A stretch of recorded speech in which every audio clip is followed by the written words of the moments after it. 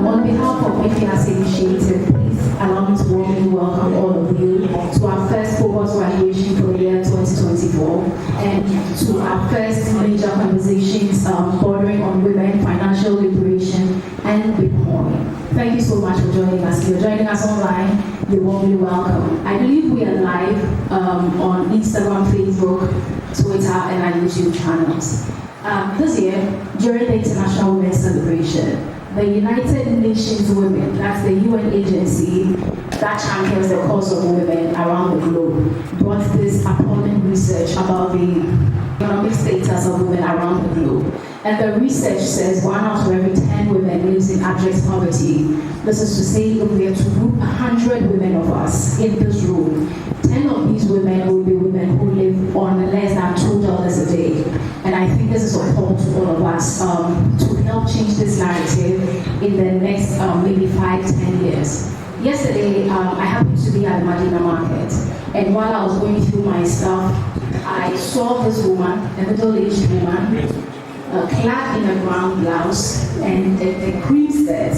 What drew my attention to the woman was, in no derogatory terms, a little awful smell that she emanated. So I tend to look at her and I saw that she was mentally challenged, and excuse my language. So as I looked at her, I saw that her cream skirt, which was very dirty, had tatters from her hip area down to the calf area because it was a mid-length skirt.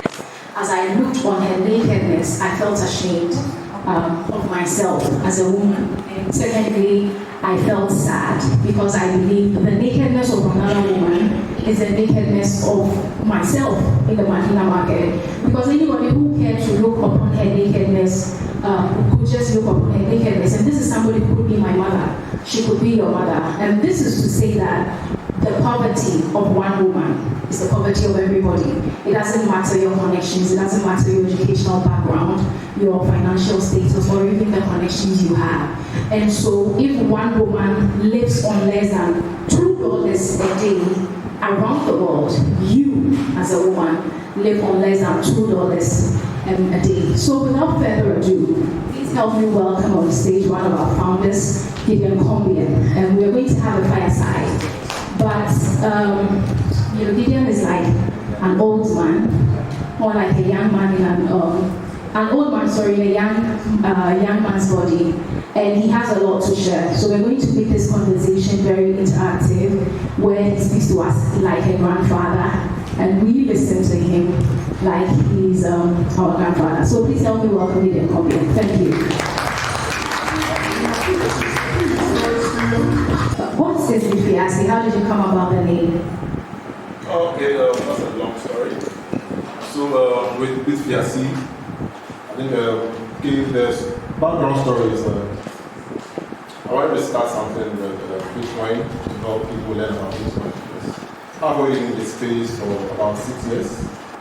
So I do get people who come to me to ask me a lot about what's Bitcoin. Some people even come straight up to say, I want to mine Bitcoin. And ask them what is mining, and they don't even know about it. They just heard about it. So I felt people were not well educated on Bitcoin. So I did further research and I realized the guys don't kind of get it, but they're able to begin the journey because it's easier for guys to just hang out and talk about these stuff. But the ladies were kind of the minority, as with a lot of things around this part of the world. So I got in touch with my best friend, Senna. So I usually have conversations on a regular. So I mentioned it and she was like, yeah, this is a good initiative. Let's begin it. That was in December last year. So then so we had to come up with a name. So that was when I left out there to find out a name, but I'm not very good with names. Okay, so Senna brought Bitfiasi. She's a Bitfiasi. So I asked her, what is it about? Then it says, she coined it from an early name. So it's Bitcoin Royal Ladies. Bitcoin Royal Ladies. Oh, so we are royals. I think we should give it up for ourselves. So when everyone involved is a royal, all the ladies are royal. So then I just added the initiative part of it. So that's how can we. So as it sounded cool to me, so that's how we began with it. Okay, so I take it to mean because women are mostly in the minority, that's why our focus is on women. Yeah, that's why we decided to focus on women. And we also went by what Coach Agri said about if you educate a woman, educate a nation. So we felt that to educate the whole nation or the whole continent about Bitcoin, if we start with women, it's going to help us push further, further to get everybody on board. I think I have 2 more questions, and I'll let you go. So what are our current programs? The impact we aim to give the world? Yeah, so currently we have 4 main programs we run, but since we just beginning, we focus on 2. So we have the financial literacy education. So with that one, we mainly focus on junior and senior high schools to talk about savings, budgeting, and all that. But at that stage, they do get money from their parents to go to school and all that stuff. So having that kind of knowledge about saving and letting your parents leave you, once you know that habit and you grow up, you can be able to carry it all along to your daily life. And also, we have the Bitcoin education program. So in there, that's where we have the Bitcoin for beginners. So that program is mainly about Bitcoin education. So we educate about Bitcoin through courses, seminars, webinars. And we do have outreach programs. We do try to also teach people along, like those communities or just on the streets. Anybody we meet, we try to have what we call 2 minutes Bitcoin. So in 2 minutes, we are supposed to educate someone about Bitcoin. Thank you. I think that the answer elaborates enough. We answered some of the questions in here that I wanted to ask you. But I want to know what the next thing for Bitfiasi is. The next 5-10 years. So the long-term vision will be what we want to achieve is have women leading Bitcoin in Africa. So when we talk about Bitcoin, in Africa, we have women that are deeply involved in making in the future, we will have policies around Bitcoin. And we need to have women in that room championing that cause, making sure these are made that favor women also.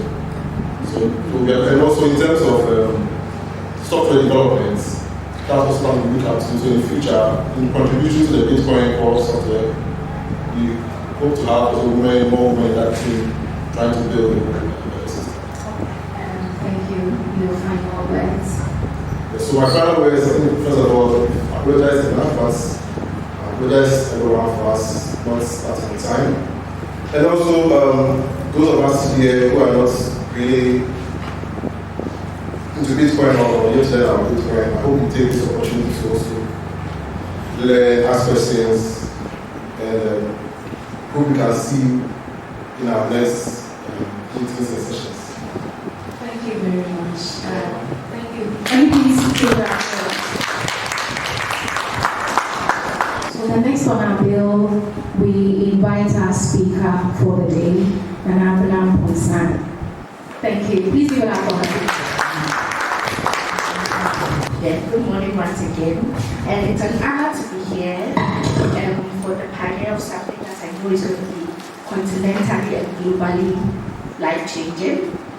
And we are not just here to learn about crypto, but I think we are learning to be part of the future, because Web3, cryptocurrencies, and Bitcoin is the future, right? And so certainly we are part of a big movement. And so why Bitcoin? Why are we talking about Bitcoin? What's the importance of Bitcoin, right? So we know that in the past, wealth was created through physical assets. So we had like real estate, we had stocks, we had treasury bills, and now we are in the future where digital assets are the future. Okay, and the next wave of millionaires and billionaires are not going to be those who own big houses, but those who are buying gold coins or those who own digital assets. Unfortunately, however, the traditional financial system has created a big gap. Okay, so about 1 billion people in the world are unbanked, and you know that 70% are women. And you say, why does it matter? It means women can't access loans. We can't access finance to build businesses. We can improve our lives and make our lives better, right? And you know that when there's chaos in the home, who does the family follow? Women. Who do children rely? When there's chaos in the home, who does the family follow? Women. Who do children rely on? Women. Men are able to move on. And so it means a cycle of poverty will continue to grow. Unfortunately, now that we are moving to Web3, we've transferred the same gap. Do you know that only about 15% of the assets, Bitcoins, is owned by women? And when it comes to the whole cryptocurrency, it's only about 20%. One thing is worse. So what you are doing here with Bitfiasi is huge and it's important. It's a huge gap, right? And so it means in the future, women are going to be poorer if we don't push this agenda harder. And you know what Bitcoin is doing is decentralized. It means that you just need a phone, it's easy to access, all these financial bureaucracies are gone, right? So it will make it easier for more people to adapt. So there's a gap, it's important what we are doing here. And I feel like women are driving change. We know Elizabeth from Bitfiasi. She's created great access to cross-border payments through cryptocurrencies, right? Women are doing great. There are women who have, in places like Afghanistan, created businesses and allowed fellow women to work and earn income because they're not earning through the banks. They are earning Bitcoins. There are people who have saved people from death and hunger with crypto because in the war in Russia and Ukraine, when they couldn't access money, it's when we that came to the rescue. Right? So women they are leading great changes, right?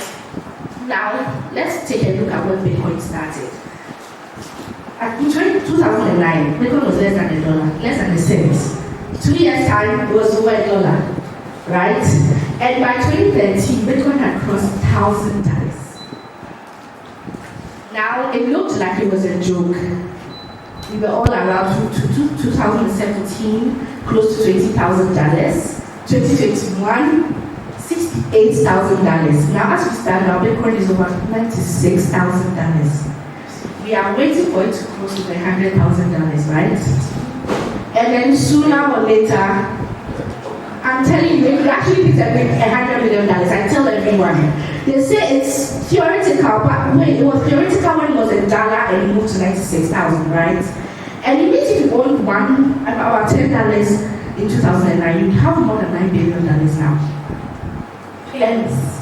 And if you right now you have $1,000 Bitcoins, and it should hit $100 million, trust me, that money will be about $2.5 million. Just $1,000. So I feel like we have to overcome the myth. They are myths. Let's accept it. Oh, it has no inherent value, no intrinsic value. It's just run by speculations. Well, there's more to it. It's a lie. There are myths like, oh, it's used for fraudulent activities, right? There are so many myths around Bitcoins that we need to embrace. And how are we going to overcome these myths? The only way we overcome doubt is through information. And so that's why I said this initiative is a great thing. Embrace what you are doing here. Learn beyond what you've been taught, right? Research hard, understand, so that you can overcome the barriers and make the right investments, right? And then the next thing I would give as an actionable step here is to start small. Start with what you are comfortable with. Again, people think you need so much money to start. No. You start with $5, 4, 10, 20. Just keep adding up, okay? And use trusted platforms. That's why we say, you are wondering who I am, right? So I'm the country manager for Yellow Card app. And Yellow Card, we have about 1 million people trading in crypto on our platform. We've processed about $2 billion in crypto volumes. And we are the largest crypto app on-ramp offering, like purchasing Bitcoins, stablecoins. We are the largest in Africa, right? Close to 20 countries. So yes, we are also for the movement of financial inclusion for both women and men. But I know what they are doing here is great. And you ladies are, the kind of people we want to work with as ambassadors, as people who are pioneers for Bitcoin and cryptocurrency at large, right? So I'm just going to leave you here with one encouragement. You can build wealth. You can secure your future. Because when we're 3 kids, in 2 decades, in 10 decades, you wouldn't be an old woman. You wouldn't be an old man yet, right? You may lose your job because you don't understand how blockchain works. You may not be able to access investment or capital for your startup because you don't even know how to access crypto or Bitcoins. Because people have started investing in startups through Web3, right? You may not be able to build wealth, grow. You'll be left out, and you don't even know what's going to happen yet. We're here when Corona just changed the world, right? And now everybody's digital. People were millionaires through YouTube, and everything changed. Jobs are remote. You need to know how to use collaborative tools. Anything can change. And so you have really secured your future by being part of this initiative. Continue to push and include more women, put them along, bring them to the training, and let's build a future together. Thank you very much. Thank you so much, Abena. Can we do a better one? Thank you so much. Because we've spent so much time, I really want to waste anybody's time any further. So please help me introduce Mr. Edward Amewo onto the stage.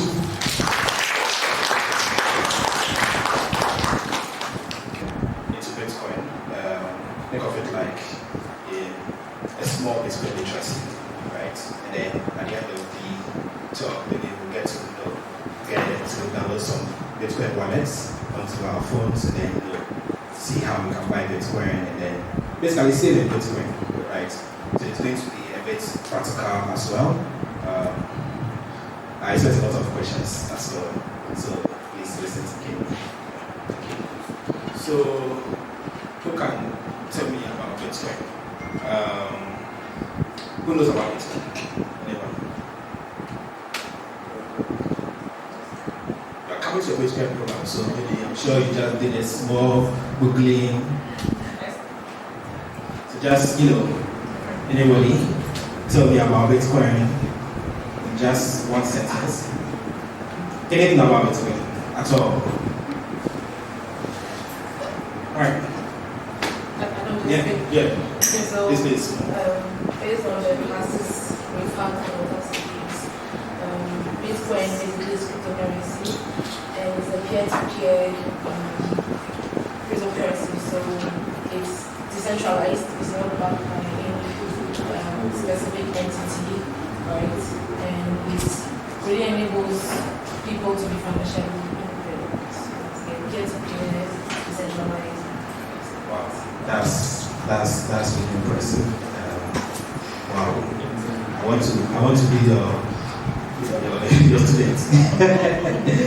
Anyways, so just like you said, let me just take you a bit back to 2009, right, when Bitcoin was created by an unknown entity called Satoshi Nakamoto. Nobody knows who he really is. We don't even know whether that person is a man, a woman, or organization, right? All we know is that this person can really be an alien, right, from out of space, if you believe in that way. So this person just came to Earth, right, with their spaceship, and then they decided that, the financial institutions or the financial system that we have in the world is actually broken, right? It's making some people richer, and it's making some people poorer, right? So this person thought to themselves, okay, how can I build something that actually defines money, right? So money has a definition, right? So when we're in school, we're talking about money, and money has a definition. How can we create something that actually defines what money is, devoid of everything? And whilst creating this, how can we put this thing in the hands of people and not a particular person or a particular institution? So that's how can be pretending to make it peer-to-peer. So with Bitcoin, what happens is that when I'm sending money to, say, to you, nobody knows about it. Well, you can say some people knows about it, but they don't know who is sending to who, right? So it's an open ledger. Everybody can see all the, transactions that are going on Bitcoin platform. Unlike you seeing the transactions that are going on EcoBank or GCB Bank, right? With Bitcoin, you can actually go to the Bitcoin platform and see all the transactions. But then you don't know who it's from, unless you know the person that had this ties, right? So what he did was that he created a purely digital currency, right? It was very digital. There's no physical form, right? And nowadays everything is digital, right? So you can't say, oh, because there's no physical form, it's not digital now. You have mobile money on your phone. You can see that there's written 1,000 on it, and you send one out of that 1,000 to your mom. I mean, it's left with some balance. It's just digital. So it's the same thing, right? So peer-to-peer, like you explained peer-to-peer. And you also spoke about the decentralization. Now, why was it made decentralized, right? I mean, think about it.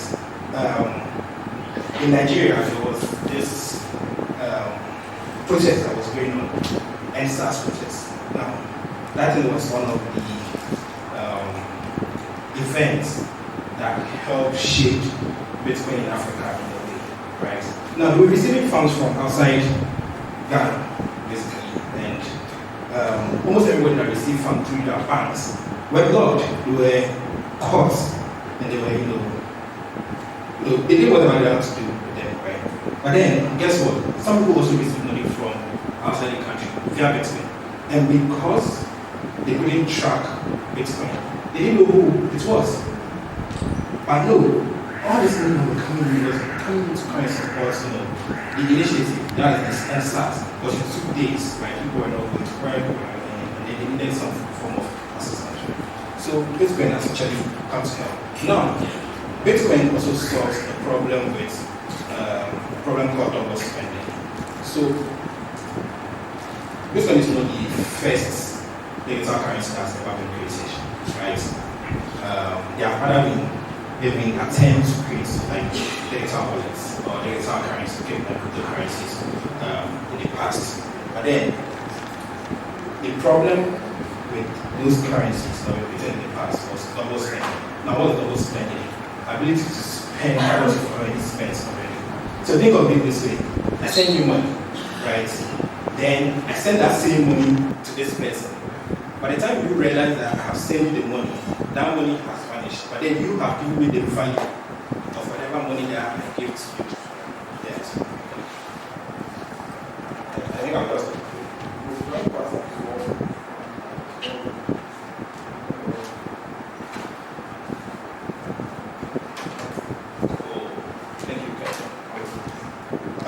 So yeah, I was talking about double spending.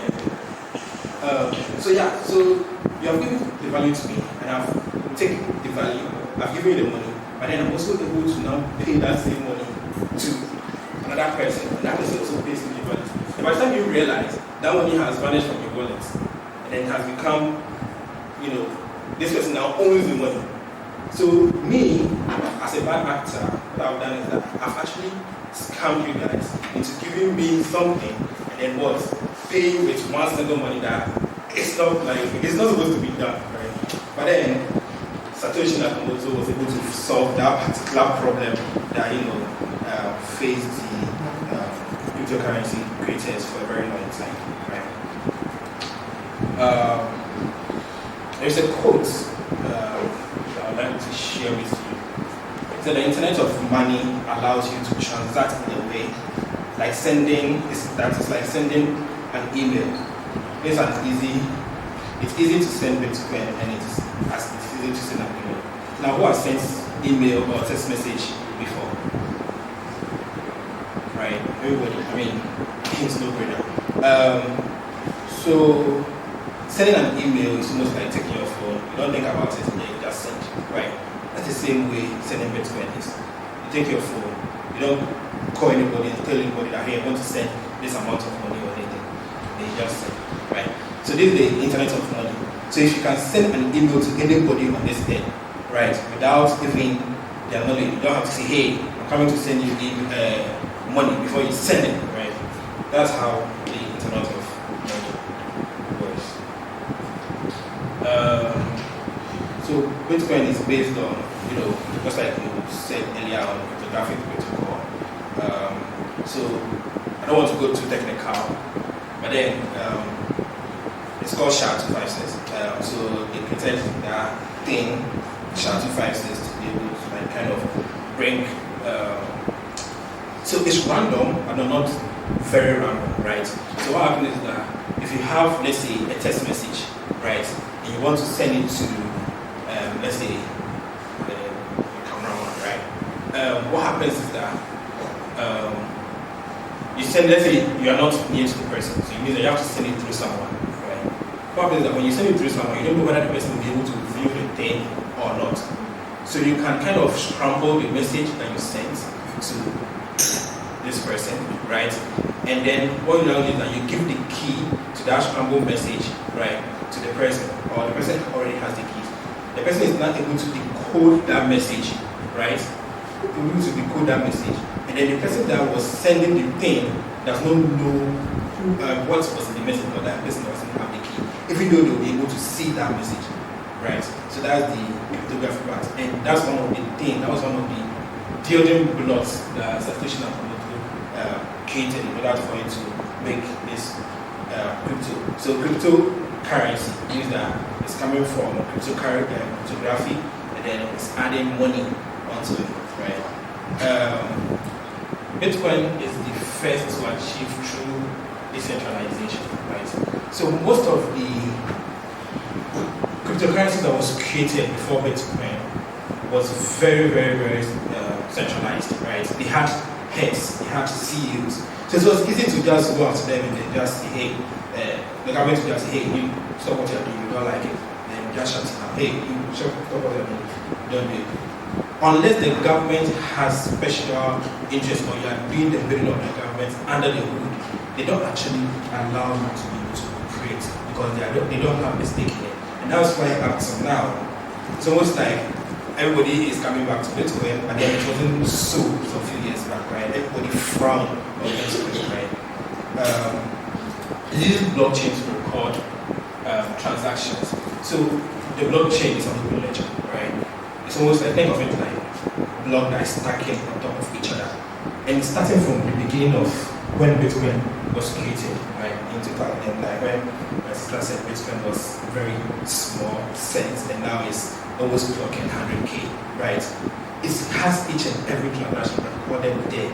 And because this transaction don't exist in one place, it's very, very difficult for you to attack Bitcoin. What it means is that you should be able to have a machine strong enough to be able to conquer almost 51% of every machine that is running Bitcoin for you to be able to attack Bitcoin. And that's a lot for you to be able to conquer in a short possible time. And this has to happen within a 10-minute window, because the next 10 minutes, which is almost the time that Bitcoin creates a new block, it invalidates everything that you've done. Right? So it makes hacking Bitcoin very, very, very difficult and not pleasant. Let me put it that way. It's not like you can't, right?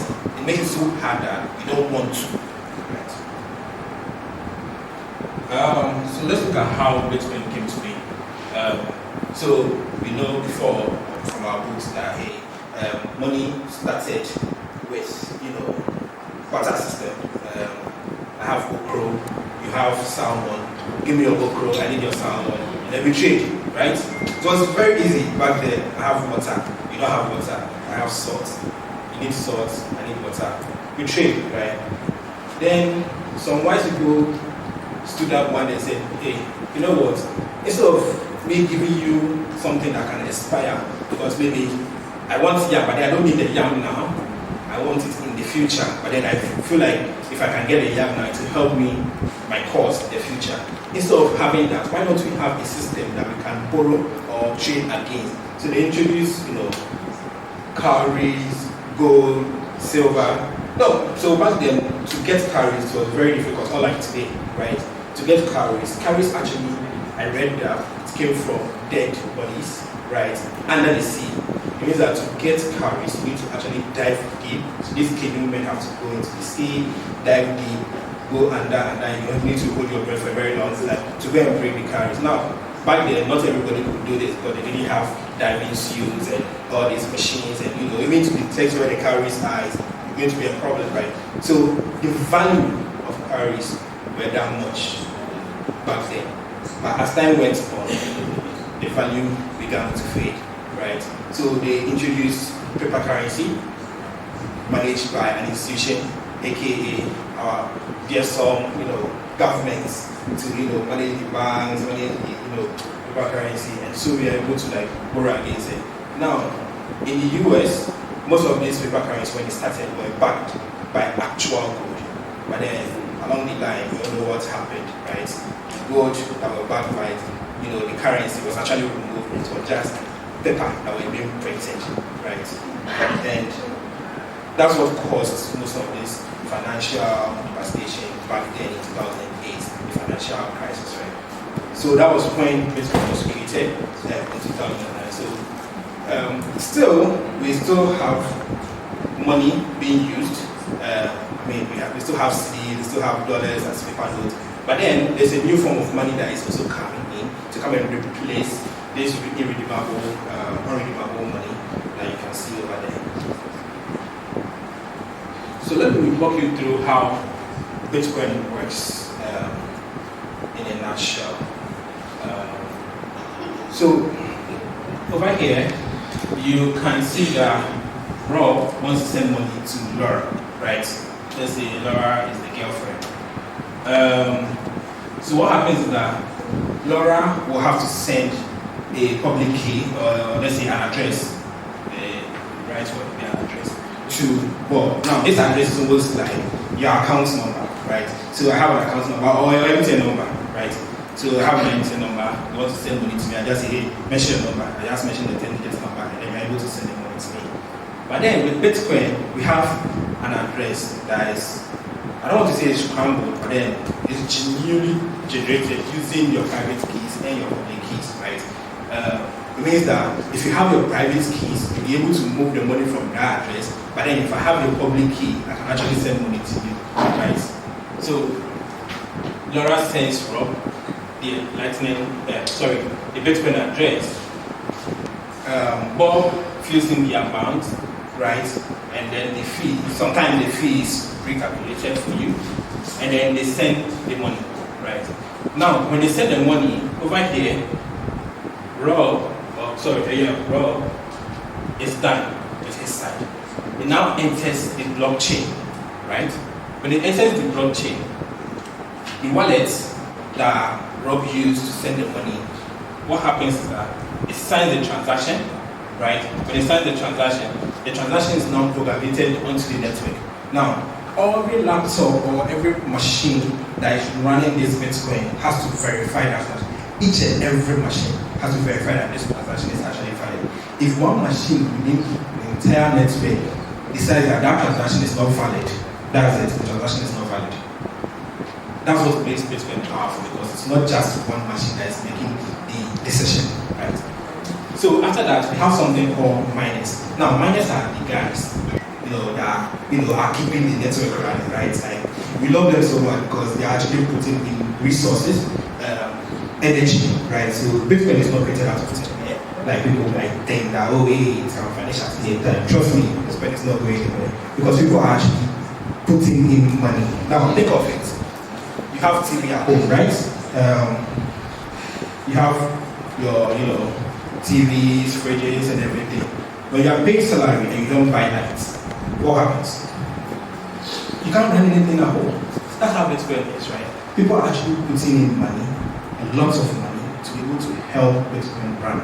People are even using nuclear. People are using volcanoes. People are building a lot of things. People are looking for cheap energy to be able to run this thing. And that comes with a lot of research. People are actually putting in the work. And that's where the Bitcoin is proof of work. So these miners have to actually do actual work to be able to help process your Bitcoin, right? So now, over here, when the mining is done, which takes approximately like 10 minutes, what happens is that they move the Bitcoin and then a new Bitcoin is created. So you can say that every 10 minutes, new Bitcoin are created. So you might be sleeping, you might be here listening to me.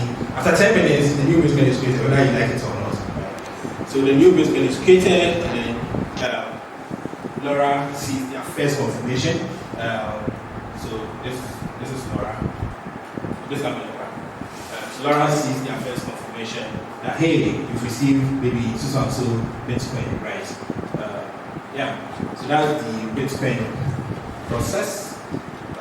Does anybody have any questions here? Oh.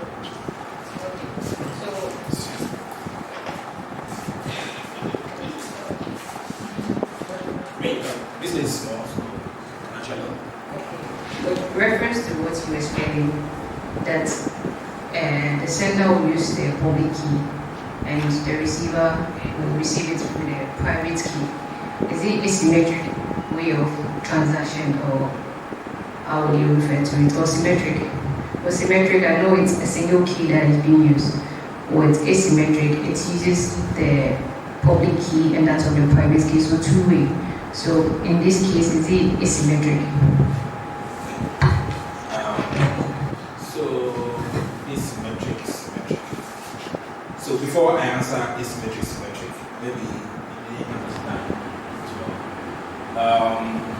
So public key, private key. So Laura is the one that is being, sorry, you can see. Laura is the one that is getting the money, right? Now, both of them have wallets. Right. In order for you to get access to a wallet, you need the key to be able to get access to the wallet. The public key is what you now give to Rob, right?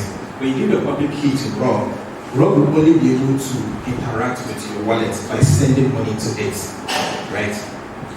The private key allows you to be able to spend the money that Rob sent to your wallet through your public key, in this case, your address, right? So in this case, I don't know what I would say is symmetric. I think it would be symmetric because it's been sent over one time. Because with the case of public keys and then private keys, I don't think it has to do with this being symmetric or not being symmetric. I think it's to be from the sending rather than so I don't know. That's clear.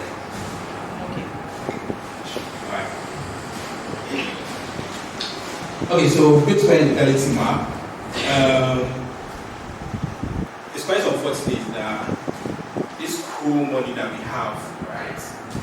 It's not legal almost everywhere in this world. So you can't just walk into any country and then start saying, hey, I have Bitcoin. You can't be arrested actually in some countries, like fast, very fast, right? So you can see the red part, right? So the red part is actually showing where you can actually be arrested when you mention anything that has to do with Bitcoin. Thankfully, we have a lot of grains, so you can decide to fly there and have your honeymoon and do all your other things there with Bitcoin. I don't know why Ghana is green though. I copied it from the internet. Okay, so Bitcoin has actually created a lot of jobs for the people of this world. They are amazed. This is just a few that I copied from the internet as well. You can see Bitcoin up here. So they're small like that. And then we have a lot of companies that are running Bitcoin. And guess what? This is so small as compared to what Bitcoin is bringing in the future, right? There are a lot of things that are happening around Bitcoin. And the funny thing is that most of this that is showing here, right, have to do with actual sending money and receiving money. Now guess what? Look at Bitfiasi initiative. I mean, they're not sending the money yet. They're teaching people about Bitcoin. And it's also a Bitcoin company, you know. So, I mean, you can see some food companies over here, Subway, McDonald's. You know, you can see some earnings over here. So we have S-Miles. S-Miles gives you money when you walk. So as you're walking and then breaking down your calories, S-Miles is giving you money. We we have chain code, we have CBD. You know, we have a lot of companies that are being built around Bitcoin, and it's just an amazing thing, right?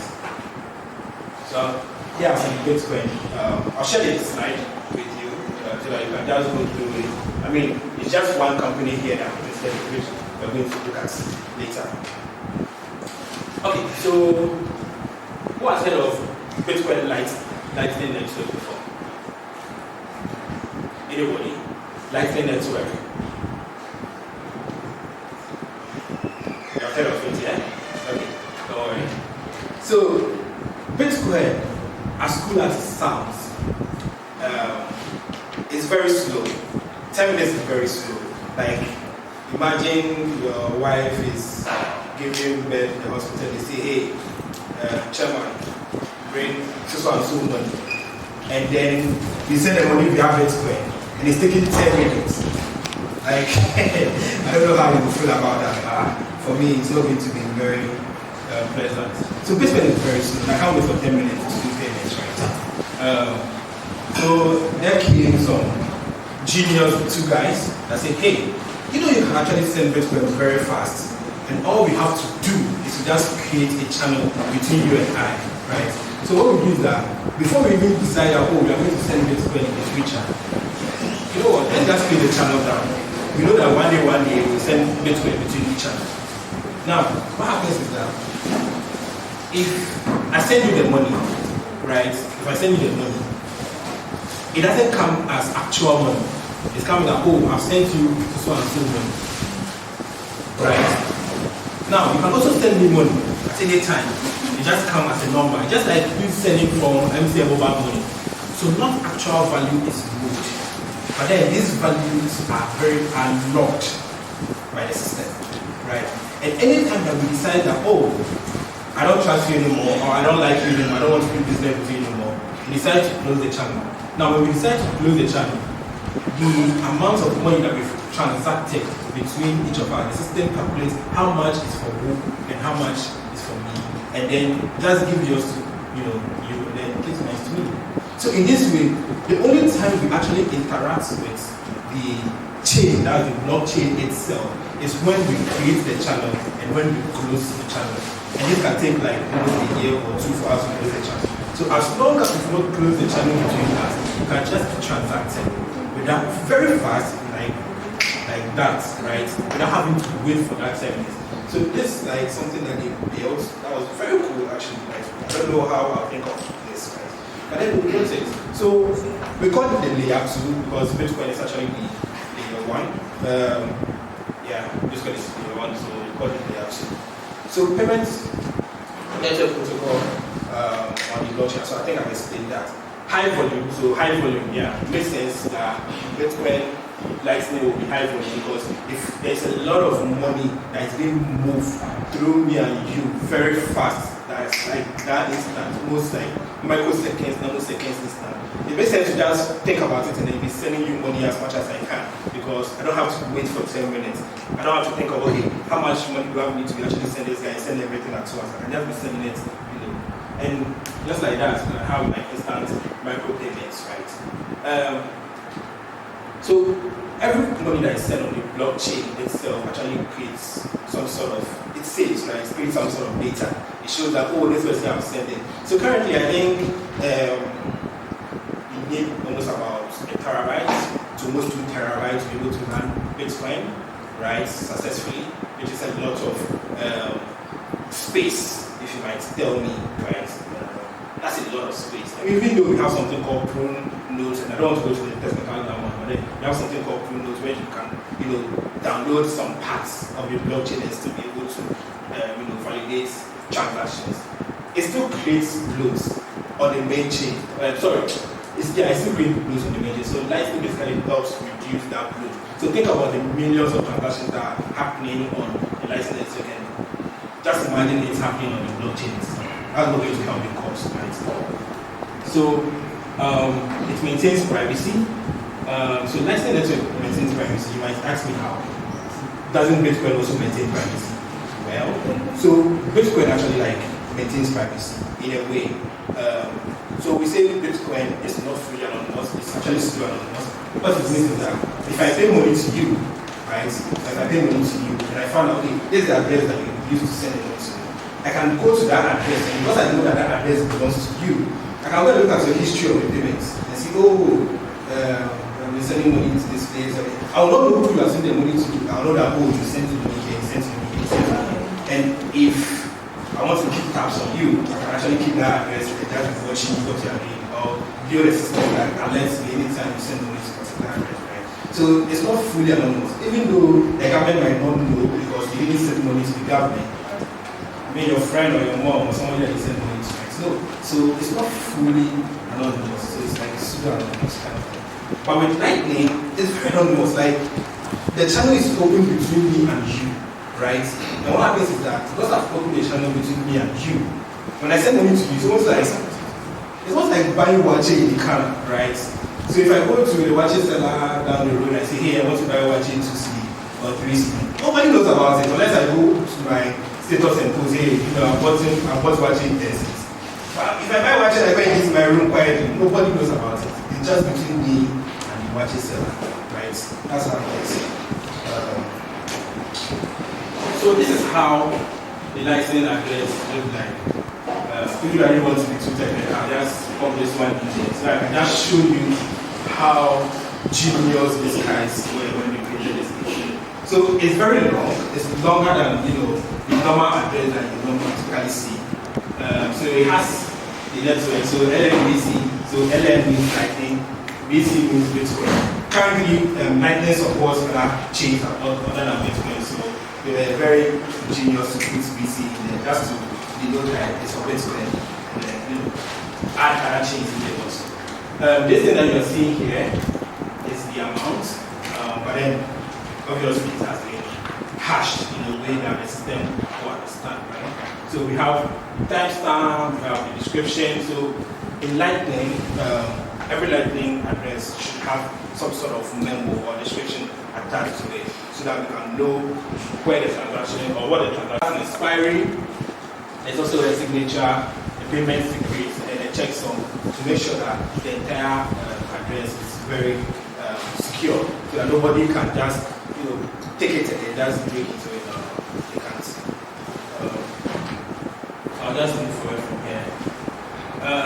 So benefits of the Lightning address. I mean, whilst I was talking, I think I've mentioned a couple of them, like instant payments, like fast payment, this is so instant payment.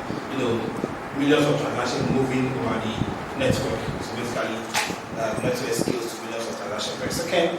There's no more errors due to invoices. It means that because invoices are generated before you send the money, other than Bitcoin where you have the address already, you send the money, so you can't make a mistake, right? Because before you can send the money, you need that invoice. Lightning, because it's not moving through the normal chain, the fees are very low. Like you can pay almost up to nothing, like 2 Satoshi. Right? Satoshi is like the lower definition of Bitcoin. Just like we have CD and pesos, we have Bitcoin and Satoshi. Right?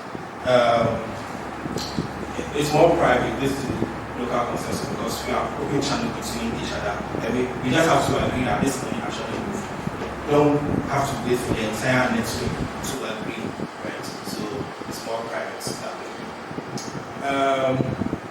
Challenges. I mean, every good thing, right, in this world have their own bad side. So Bitcoin is not part of, the goods for that. So incentive to open new channels. Now, think of it like. Almost of my examples I was making was between me and you in this room. I think of it like you want to now send money to India, you want to send money to, different countries. It doesn't become that easy because you have to actually know somebody there that is also willing to open the channel with you to be able to send money to that person or to even send money to any other person in India. Right? Now, let's say if me, I don't know anybody in Poland or I don't know anybody in Ireland, it then becomes very difficult. Unless maybe I leverage on apps that have already done that. which maybe they might also want to take their own fee for their job that they've done, right? So that's one of the challenges. Cap channels capacity, unable to handle huge transactions. So because we are opening channels with each other, we are actually keeping Bitcoin inside those channels. It means that if we decide to put one Bitcoin in that channel, we cannot send more than one Bitcoin. We are capped at that one Bitcoin, right? Unless we decide to put more money inside that channel before we can send more. So basically, that's what it means. Storing immediate state. So basically, it's almost like I don't know how to explain this without going into technical. Because they are channels, again, because they are channels, this money are not being moved. It's just storing the states of that, oh, this money has been moved, this money has been, and that's what's making it fast. Because we are storing the states of those transactions. I mean, if something happens and that state corrupts, if we lost those transactions between me and you, it hardly happens that way. Then, I mean, it's you can't top up the channel from mainnet due to channel depletion. So I think it's also like access the top one, which is the second one. Recipients of payments need to be online. Well, this one is a bit. So with Lightning, before I can send you money, you need to generate an invoice for me. And if you know how invoices work, let's say if you want to buy something from a shop, I need to give you an invoice. Now that invoice, every invoice in this world expires within a specific duration, right?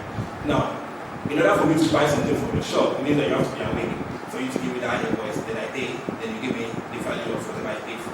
It means that when you didn't come to work or when you are not around, I can't get that invoice. And that's the same way Lightning works. But with this particular challenge, there's actually a new thing called Lightning addresses that fixes this. So I will not really call it like a challenge, but then it's something that is worth knowing, right? So these are also some Bitcoin companies that has Lightning. Not all of them are in Africa, but then some of them are in Africa. So we have Amponsah, which is in South Africa. We have Satoshi, Wallet for Satoshi. So the reason why I included this here is because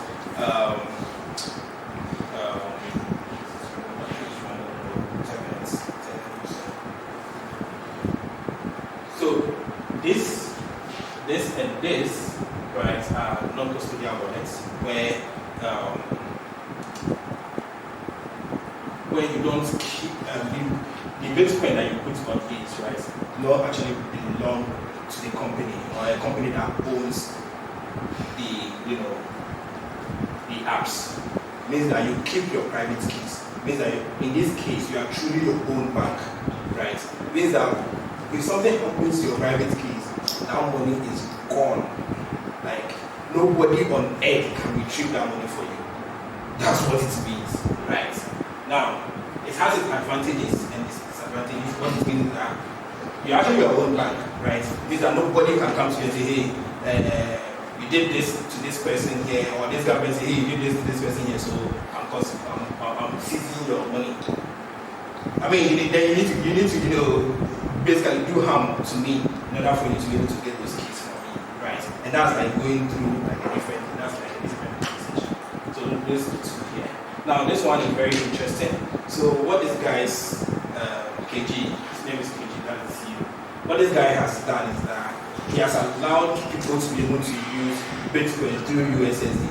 So think of it like the way you are able to dial *170 or MTN anytime you know that the app is not working, right? Sometimes you want to buy something from the MTN app, and then you want to pay for something, then the MTN app is just returning like random errors, basically. You don't want that. So what happens is that Amponsah came with an idea that hey, you can actually dial USSD from the most like a number of countries. Not every country in Africa, but then there's also a number of countries. You can check out the website, including Ghana as well. And then you can be able to interact with Bitcoin using USSD, right? That's very cool. There is Binance, the big daddy. There is Zebedee. So Zebedee allows you to earn money that's Bitcoin through playing of games, right? So you are playing game, you are winning, and then the points you are winning in the game, because advert pops up in the game, the points translate to real money, in this case Satoshis, right? And then you're able to now like withdraw the Satoshis, and then sometimes if it is small, you can actually convert this money into actual cities, right? So that's what Zebedee does. There's also Bitsnob, and there's Bitfiasi right here. So let's move forward. Okay, so I didn't want us to end without actually interacting with a Bitcoin wallet. So I want to know how many of you has like a Bitcoin wallet. Oh, just one person. Oh, two. I think we need to go hands on. I think we need to go out because I knew that some people might not have Bitcoin wallet. So if you have your phone.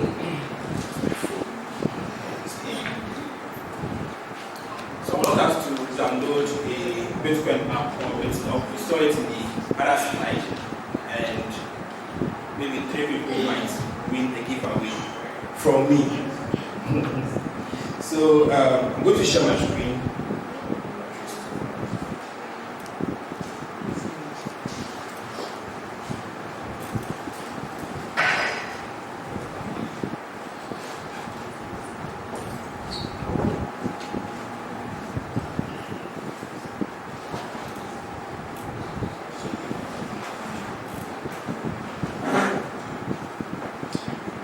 Okay, right.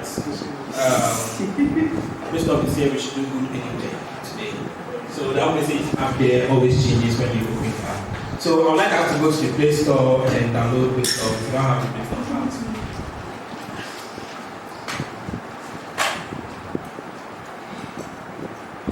So I might select 3 people as random to win some few Bitcoin as well.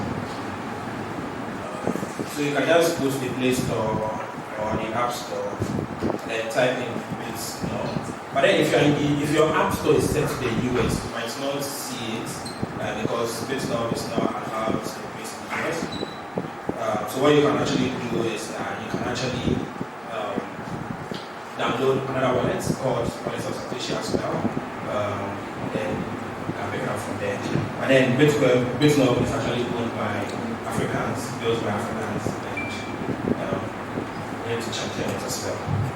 I don't know whether you look at support lighting. Not yet. So let me know if you have downloaded your app. So what I'm going to do is I'm going to sign in.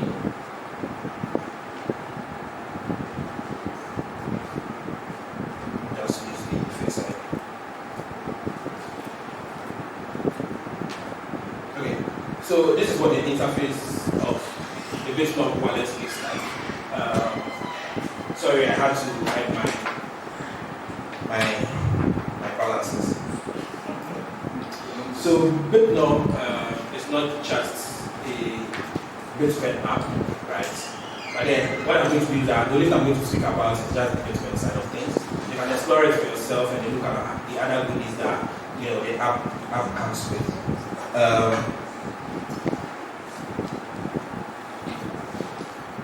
So you can see from here that Bitcoin is almost $100,000. So anytime you want to see exchange rate, people use this app to just look at the exchange rate of Ghana CD, SEFA, and then the rest, GBP, Rwanda, EGS, Kenya. Bitcoin is able to send money to all these countries as well. There's also something down here called refer and earn. So what you can do is that anytime you refer somebody, in this case, if you put Bitfiasi, right? I don't think there's Kombian. I don't think there's Bitfiasi as an option. Yes? Oh, so you can put Bitfiasi as the referral, so that Bitfiasi can earn some money anytime, you decide to do a transaction. So over here, you can see there's actions down here, right? So what you do from the actions is that you can go to receive, and there are a couple of things that you can there's a couple of ways you can receive money into the application. So we have like USDT, we have, receiving via Lightning, receiving via on-chain. So in this case, you get to select, the address that we spoke about when we're sending money to Laura. Then we have Lightning address, then we have Omar address. So the Lightning address is what I was talking to you about, that even though with Lightning, you need to be online for a person to be able to send you money. But when it comes to Lightning address, you don't need to be online, right? What you can do is that you can actually send the money to the address, and the system automatically generates the invoice on behalf of that person while the person is not around, and then you can still be able to send money to that person, right? And this is the Lightning, receiving the Lightning address. So let me know if you have downloaded it and then sign up, because I want to send some money to somebody. Anyone? Let's finger first. Oh, you have? Oh, you already have it. Yeah, you can still say something. It's even more better if you already have it. Okay, so what I want you to do is to just go to receive, right? And go to receive via Lightning. Now when you go to receive via Lightning, what you can do is, inside the Satoshi column, you can type 1000 Satoshi, right? Were you able to do it? Okay.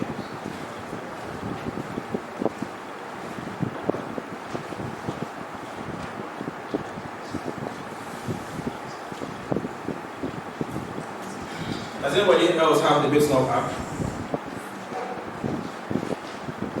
Oh, wow. People here are rich, you know what's coming.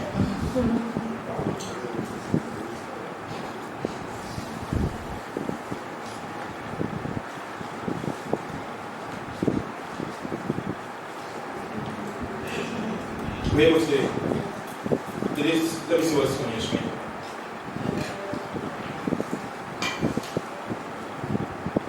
Yeah, so type 1000, then scroll up. You scroll up, then what you now do is that you have to put in the description. So that was what I was telling you about. So it's Lightning, you always have to put in the description. Okay, can you come over so I can scan and then make the payment? Okay, so she has created an invoice, right? And I'm going to pay this invoice, right? So if you can watch my screen over there, you can see that I've actually scanned the invoice.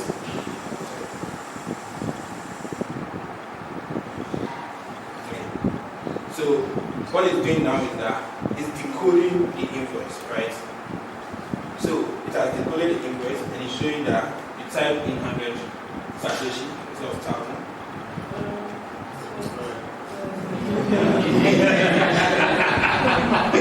Anyways, so what I did was that I've actually paid the Satoshi and she should receive in a second.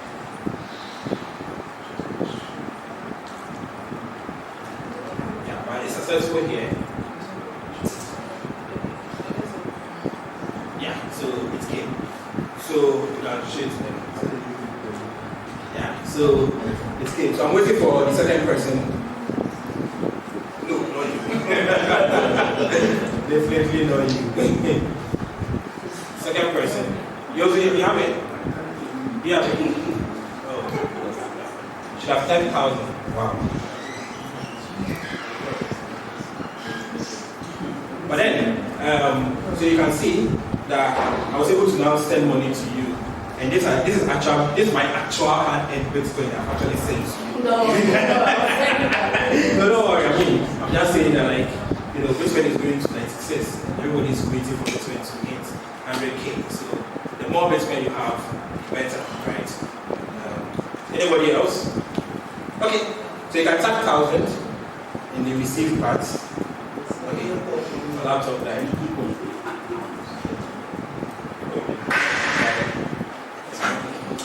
Still alive.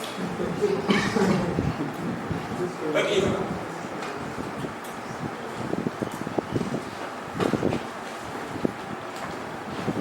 Yeah, 1,000.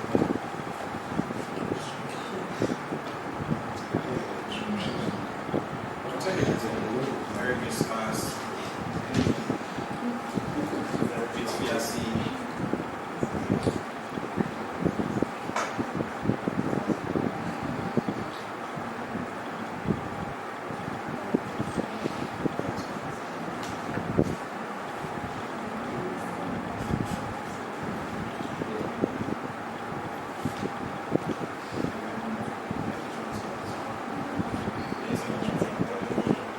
Okay, so she has typed in the 1,000.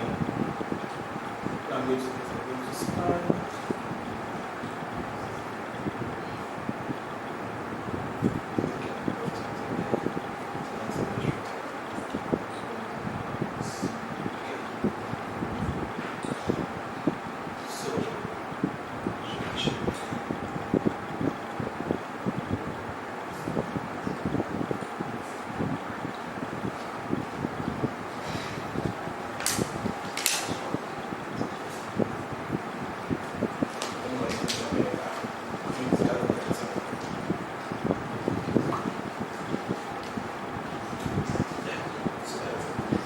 So I think I'll end my Bitcoin literacy here. So we're able to send some satoshis to some few people. I was wishing we could send more, but then it's like, yeah, maybe we can do it after this place. Thank you so much. Thank you so much, Mr. Abena. Please give us something once again. So, thank you so much, Abena.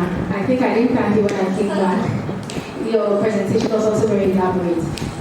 So, the next thing we have on the bill is we're stepping out to have our lunch. So, we are on break now. Thank you all so much for coming.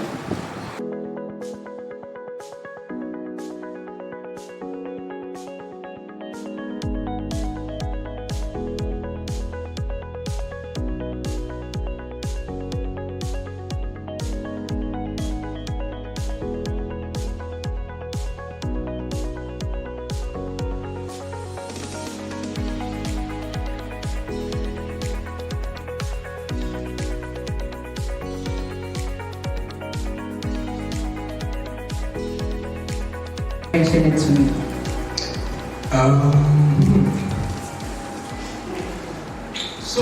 Sorry. The SHA-256 actually was used in the Bitcoin one, right?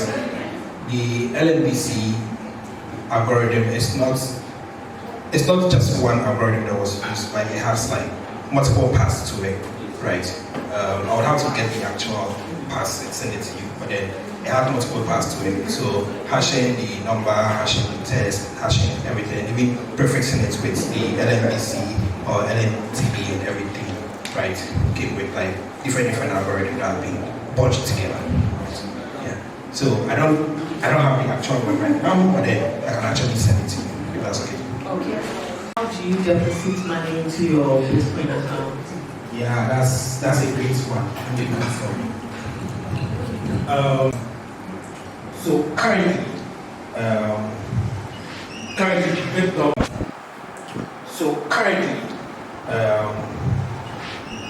Bitcoin does not support automatic deposits because we are not a fully regulated entity in Ghana, right? So we cannot really, even though we dabble in other countries like Nigeria, China, US, and everything, for Ghana, the rules are a bit stronger, right?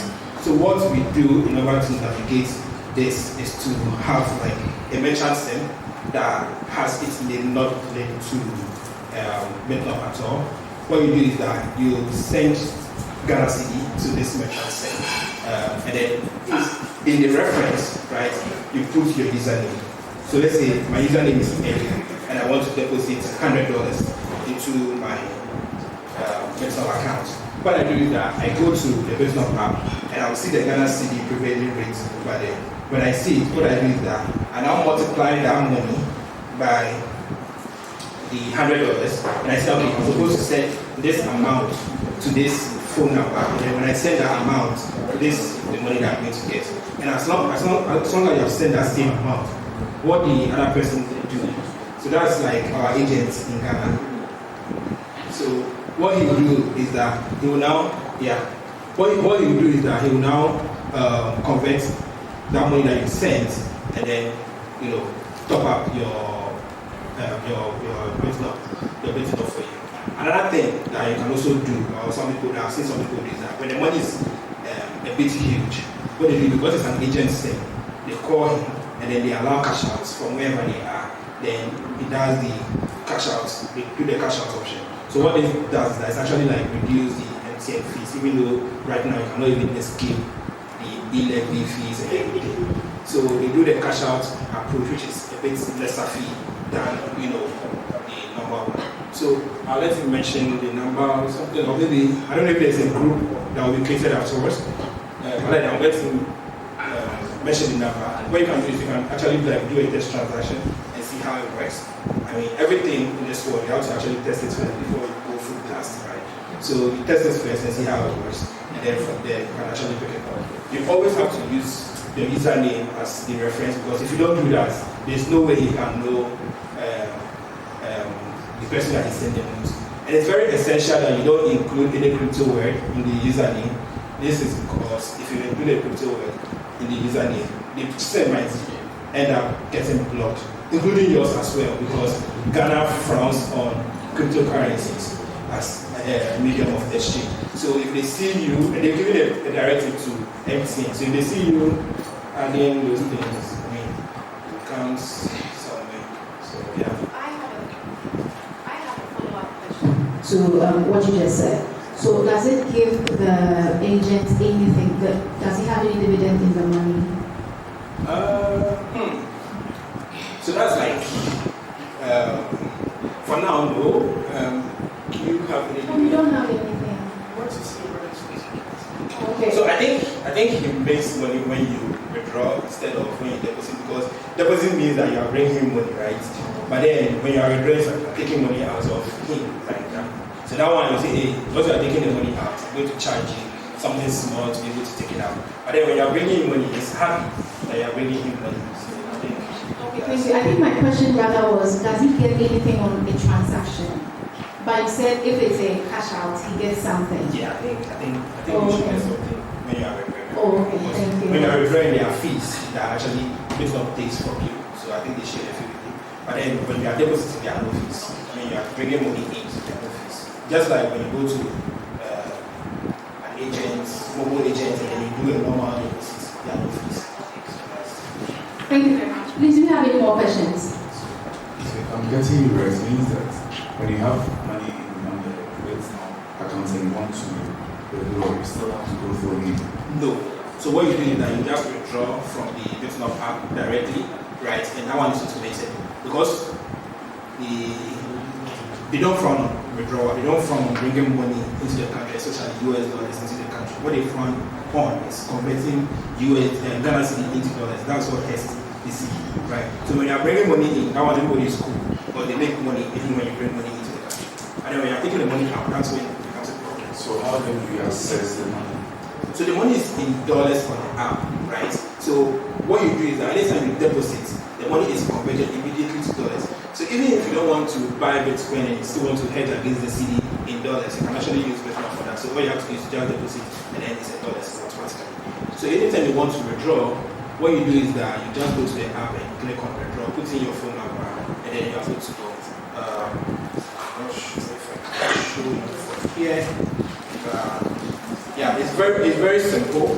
So you have to do first, we have even the transfer feature here. So you can click on the transfer feature, and then from the transfer feature, you can click on transfer to bank or Momo. So over here, because I'm Ghanaian, it's automatically select Ghana cedi for me, assuming that I'll be sending to Ghana cedi, right? But then you can do change currency here, and then you can select from a numerous number of currencies here. So over here, you can see you can send money to Kenya. It doesn't have to be your own account. It can be somebody else's account. You can send money to Uganda, Nigeria, Rwanda, Togo, Senegal. You know, it has a lot of countries that you can send money to. So once you click on the change currency, because now it's in Ghana city. So I can now type in the Ghana city that I want to send out of the system. So let's say when I type in $100, right, and I click on continue, it can now show me my beneficiaries that I have sent money to before that I have saved as my beneficiary. You can see my mom here, and then some other people here like my sisters and all that, right? So you can either select from your beneficiaries that you always send money to, or you can even type them from scratch again. So let's say for instance, if I want to send money to myself, right? So I have myself as a beneficiary there. So I just click on it and then it fills my money for it. Then when I click on it, now goes on and it sends the money to me automatically. Right? So No e-levy. no e-levy. That's the interesting part. No e-levy. So with this, you actually escape e-levy by because you can send money to another person, but you're not using your mobile money to send the money, and because of that, you're not being charged e-levy. Because what happens is that a system is actually sending the money on your behalf. So no e-levy. Is it just your platform or is it just with Bitcoin or internal? Okay, so so we're dealing with Bitcoin, right? I can't say you're 100% free from taxes. There are other jurisdictions that have their actual laws in place. So when you go to the US, I think you can actually, there are some cases that you actually pay for taxes because if you don't do that, the IRS, when you're watching the video, they say the IRS will come and catch you. So Ghana, Nigeria, and other countries are still yet to actually put their crypto or something. I know that Ghana is working on something like that, where they have a sex sample for crypto and then blockchain. So when it comes to taxes, I mean, money you are not exempt. As long as you are buying something, there is value added tax, right? So I can't say that you are exempted from taxes, but then what we know is that for now, if you have Bitcoin, I mean, you have your own bank, you can do it what you want, right? For what he said was about the e-levy, and e-levy only attracts when you send money from your subscriber SIM to another subscriber SIM. But then when you're sending money from an agent SIM to a subscriber SIM, there's no e-levy. And because when you use Bitcoin, you actually send the money from an agent SIM, it doesn't attract it. So it's almost like an escaping, it's a gray area. Thank you very much, everyone. Any more questions? Okay. We'll be taking our last two questions. For us, I want to know if other exchanges can send money to. Yes, they can. So Bitcoin is quite impressive, right? Bitcoin is the father. Everybody, doesn't matter whether you've done 100 million transactions or you've done one transaction as a platform, right? As long as you are hooked to the network, you can send money to anybody that is also hooked to the network, right? So think of it like Swift. So Swift is how the US send money down here. Now, not everybody is on Swift. Not every country is allowed to be on Swift. They have something called OFAC countries. Now, OFAC countries are countries that the United States has sanctioned and they don't allow them to interact with the rest of the world. But with Bitcoin, it doesn't care about OFAC. It doesn't care about whatever sanctions that anybody has. All it knows is that somebody wants to send money and then they're able to send it. So if you decide that, okay, I want to do Bitcoin, it means that anybody from any other place can actually send money to you. And that's why the government frowns on Bitcoin, right? Because on it doesn't, I don't know the right word to use. Sorry. I don't discriminate on it. So basically, it's able to support anybody that supports Bitcoin, Yellow Card, Binance, whatever, you're able to send money through the network to anybody. There's also USDT, that's stable coins, where you can actually send actual dollars to other platforms as well. So as long as you are hooked up to those networks, you're able to send the money through the apps. But then, as you said, you should also know that you're going to be charges. So you limit the way you send through your platforms. Thank you. Any questions for Abena? She's crying. She wants you to ask her a question. No questions for Abena. No more questions. Okay. For Abena. Yes. Thank you. All right. Thank you so much. Abena spoke about some myths about Bitcoin. I want to ask her like how there are really a lot of negative perception about it. So like how can we solve that problem, or how can we change that negativity out there? Because when you tell somebody that you are into it, they're like, hey, you do this thing. It's a scam, it's a Ponzi scheme, and it's as if the more you talk, the more they will laugh at you. It's like they're waiting for you to fail. You want to stand at a distance and they watch you fail and they will be happy. So how can we change that mentality? Okay, so just like any new technology, right? There are just two things that drive change. Okay, it's first, as I mentioned, information, and the second thing is time. Okay, so in adopting every technology, there's always early adopters and there are always late adopters, right? And in between, there are skeptics. And people come bits and bits. So one of the major ways is what Bitfiasi is doing: financial literacy, education. I think you have to address people more with what you understand. Okay, so you tell them what is the blockchain, what is it doing? What do they say decentralization is? How is it different from the bank? How can I relate it to the money I'm holding? The more they have information about what's going on, the less they get scared, the doubts come down, the fears come down. And the truth is, time will catch up with a lot of people. So as they are standing elsewhere watching you, it's actually them that will be ashamed, because when things catch up and you are way advanced. I mean, there was a time when if you asked someone to have a meeting on Zoom, it was too far-fetched, right? And not too long ago. But now we know that even people, the late boomers, and everybody's on Zoom. Church, they have meetings on Zoom, like everybody's on Zoom, and it's very normal. So with time, they will catch up. But one thing you have to do if you want to help anybody is give them what we say, explain like a 5-year-old, right? Give them basic explanation, what you learned, let them embrace, and let it be relatable. Okay. All right. Thank you very much. We've come to the end of our Q&A. The next one we have Aliyah Al-Hassan Latif, and we have to congrats. That's to you, Aliyah. Thank you so much. Okay, thank you. The next one we have Aliyah Al-Hassan Latif, and Sena is doing out the honors. Congrats to you, Aliyah. Congrats.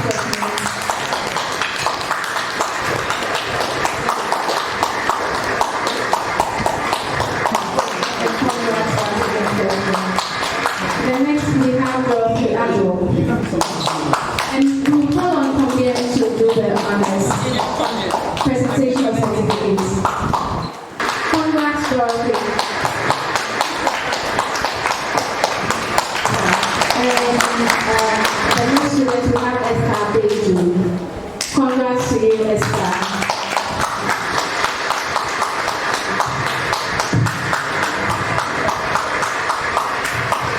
Thank you all so very much. Thank you, Kombian. And in a short while, we'll take reflections from our students, what they've learned and how Bitfiasi has impacted their lives. But before we do that, the next thing, I seem to have one blank. The next thing we have is to remember. Please let me get my phone.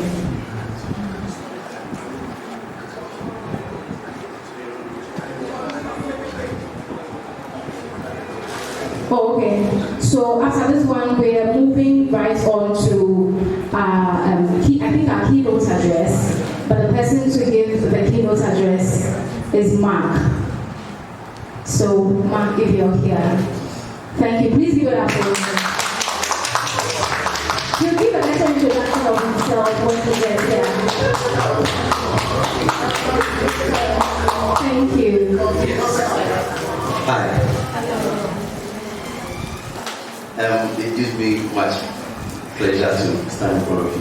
this. The name is Mark Amponsah. Kombian is he's a brother, let me put it that way, yes, go way back. A bit of my background, I've been in academia for over 14 years in higher education across several universities, currently with University of Science, University of Ghana, Computer Science Department. I've had a blend in the corporate world, the industry, and then academia. So I'm a mix of both. And so I think that is all I can say about myself. You can look up the rest in LinkedIn. I'm a believer, and that is why I'm here. A believer in Bitcoin. Yes, it goes way back. It has done wonders for me. I've been investing for quite some time now. Of course, I can't compete with Kombian, but yeah, I'm a great believer. The import of just my message here is we never finish learning.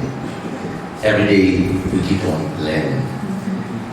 Until the bones are rotten, that is what we typically would say. And so for especially my young folks, if you have not grown gray hair like I do right now or on my face, even at my current age, I'm still learning. I think recently I completed an agile course on LinkedIn, not about a month or two ago. It was quite rigorous. I have only 2 attempts. I am still learning. So I encourage you, don't let it end here. I was interested in some of the questions that people are asking. My knowledge and experience in computer security, we're talking about SHA and other encryption algorithms, etc. I mean, it was an interesting question to hear. Like, how people are still discussing these things today. Let's keep on learning. The sky is the limit. I will always say that prepare yourself for an opportunity. Don't wait for your opportunity before you prepare. It's been a great pleasure standing in front of you, and I'm pretty sure you're also having a very good time. Thank you for your attention. Thank you very much, Mr. Matt. Please give it up for as it goes back to the stage. The next thing we have on the bill is taking the reflections of our students. So I think we have Stephanie. Yeah, any other student who wants to give a reflection, please come up stage. Thank you. After Stephanie though. Thank you.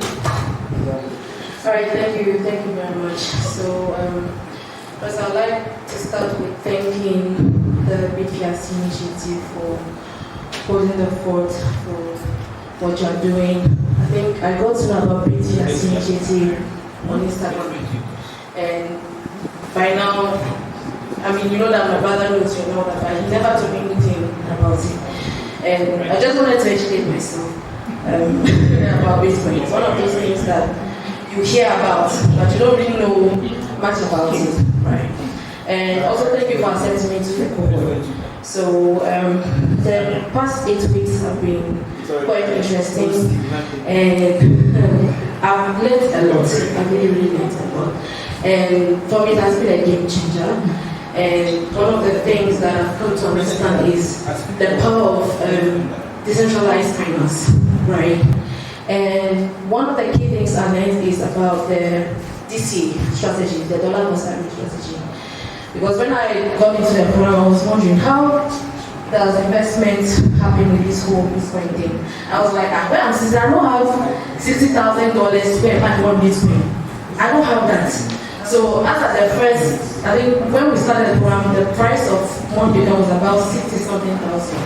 So I was like, there is no way, the job I'm doing, I don't have that. Like, I don't have that. Then Kombian spoke about this, and I was like, oh, okay, so this is what people actually do.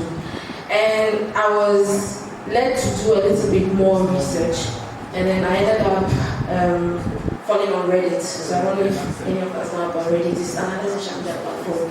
And I started seeing real success stories of how investing in Bitcoin has actually helped people. People have actually been able to buy their dream houses, they have retired themselves, and I was like, okay, so this thing is actually really real. So better late than never. Because I was actually paying, but I was like, 2009, my parents knew, maybe that please they should have, purchased one Bitcoin or something, and today I would have been at a better place.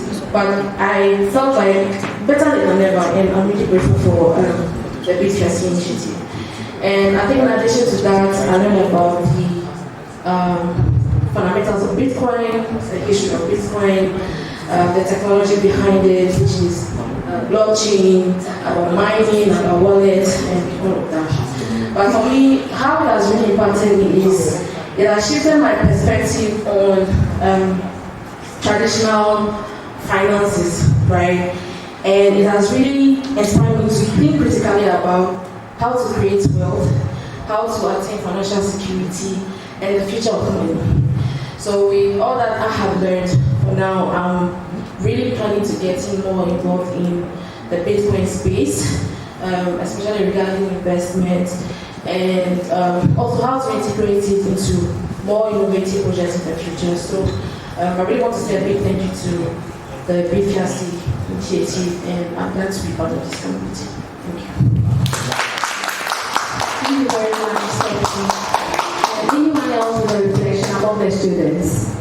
Esther, Dorothy, Aliyah, no one?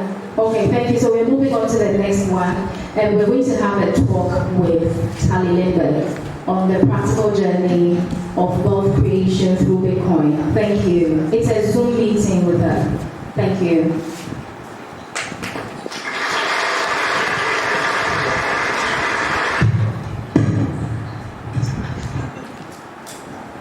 So I just jump right into it.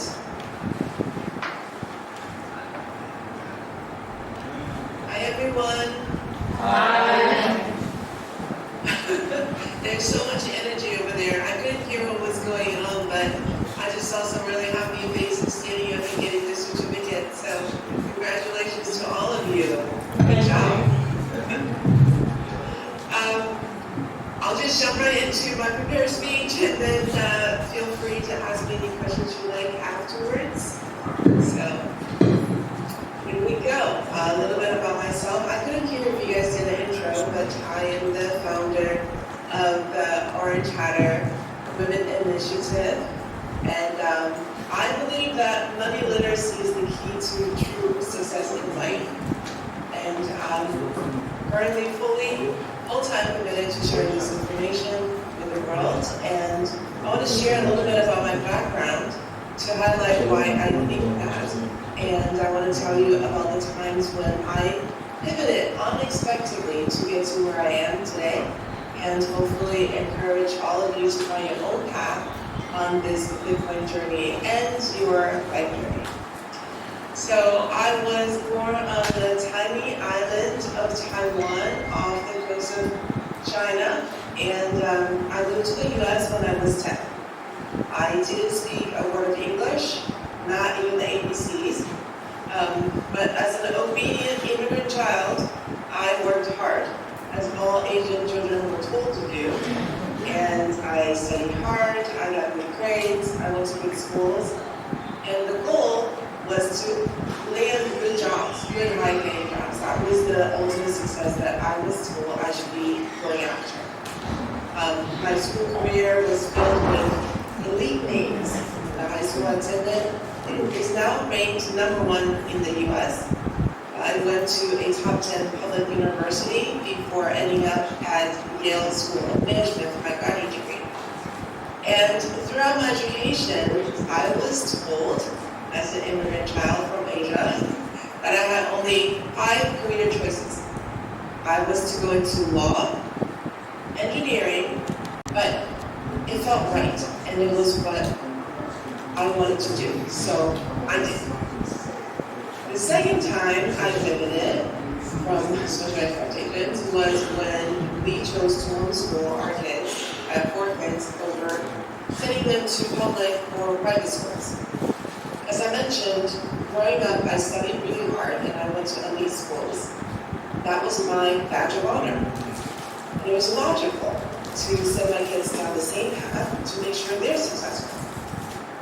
But, again, in my head I knew, or actually I should say in my heart, I knew I wanted to do it differently.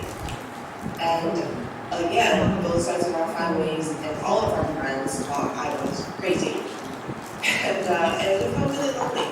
with a lot of people questioning my judgment and sanity.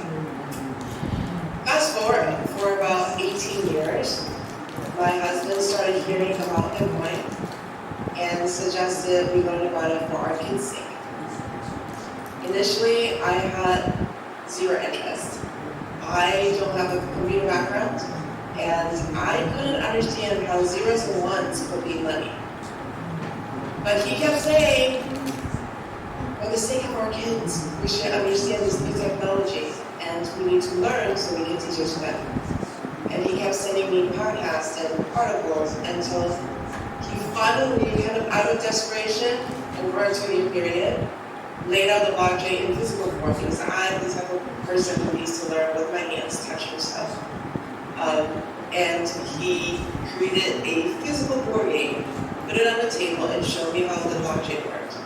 And that was when it finally clicked. And I told him I would read one book for him on Bitcoin. So I did, and that led me down another significant shift in my trajectory. It was my third major pivot in my life.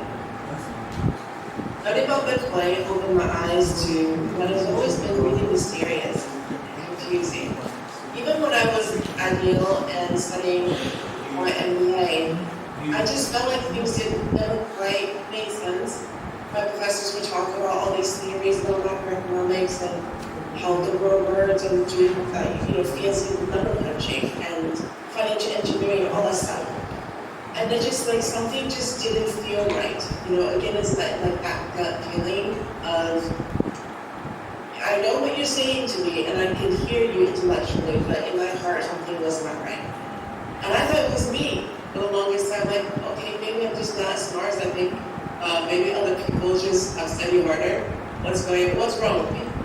But it wasn't until I entered the Bitcoin space and started looking at economics from the Austrian point of view rather than the Indian point of view that everything fell into place and started making sense. So, going down the rabbit hole, this pivot led both of us, my husband and I, down a new path where we gave up the security of a corporate job and steady income. And we decided to devote ourselves full-time to spread the word about Bitcoin and tell the truth about how the global monetary system actually works. We travel extensively throughout the US, and we share our knowledge about Bitcoin at every meetup that will allow us to come.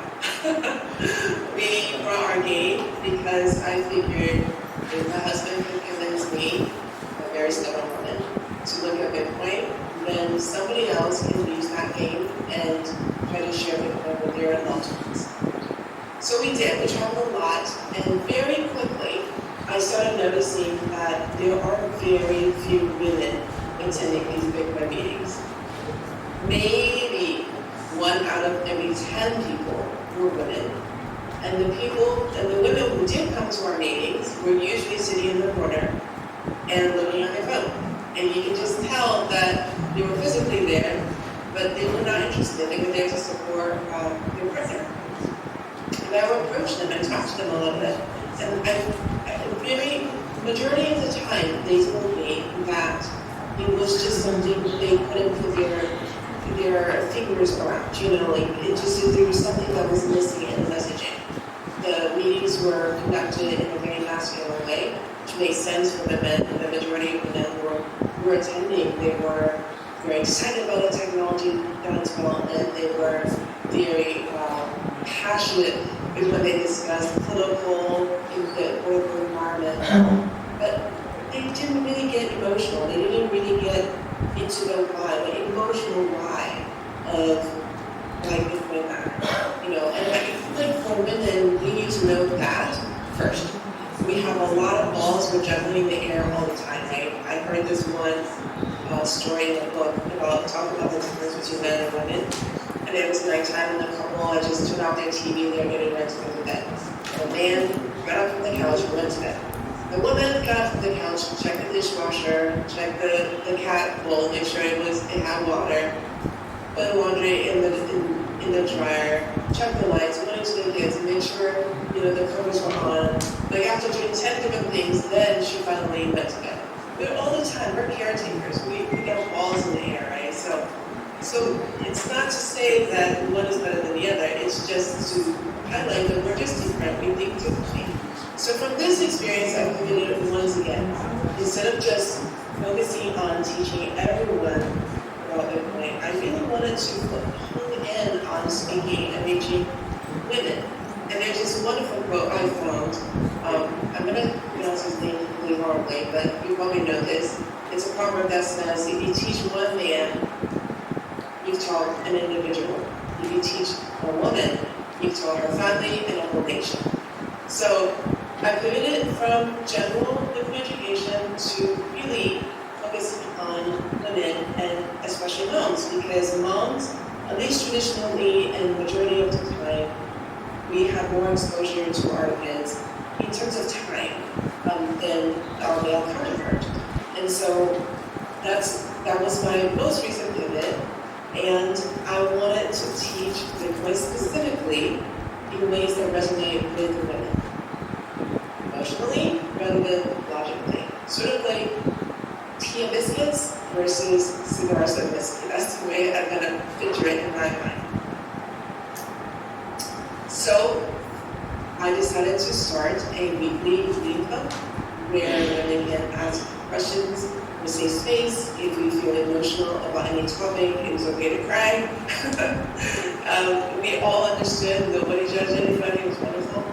I started a mastermind group, I have a podcast, and accept yourself. That is the most convincing voice. That's the most convincing sound, I believe, because in the end, happiness is an individual experience. You know, other people can tell you how you should be happy, but if you're the only one to solve that problem for me, I just need to know that somebody else understands what I'm going through. So gathering, so meditation, having quiet time to listen to the voice, gathering with like-minded people, and then I think we just all have to be okay with other people not agreeing with us. That's really, really hard. But you just have to keep telling yourself that you trust yourself, because the voice in your gut knows better than the other people and even the voice in your head. So those are my suggestions. I hope that was helpful. Thank you very much. Mr. Moses, does it answer your question? Sir, does it answer? Is it? Yes. It's okay. Thank you very much. Anyone else with a question? Okay, if there are no other questions, can we give it once more? Give it up once more to Kylie. Thank you. Thank you so much, Kylie. Thank you. And so we're moving on to the next session, which is our panel discussion. That will be the main, the next main thing, and then we close.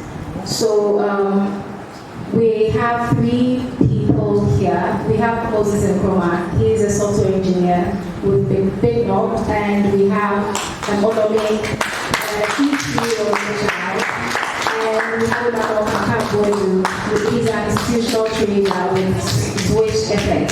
Please give it up for them. Thank you.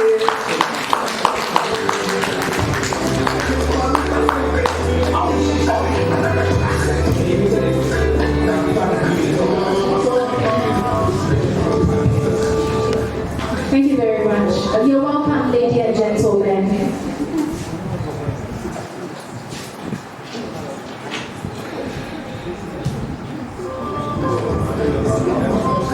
Thank you very much.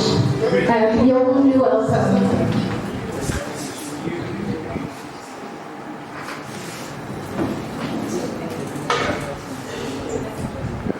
Thank you. Are we ready for the conversations? So I'll start with the lady, Onome. As an educator, how do you think Bitcoin can be integrated into the curriculum and even into our local communities as a means of wealth creation? Okay, thank you very much for the question. My name is Onome and I'm a teacher. Yeah. So I teach at Awura Senior High School. How many of you have heard of us? We are very popular for bad reasons. Okay, we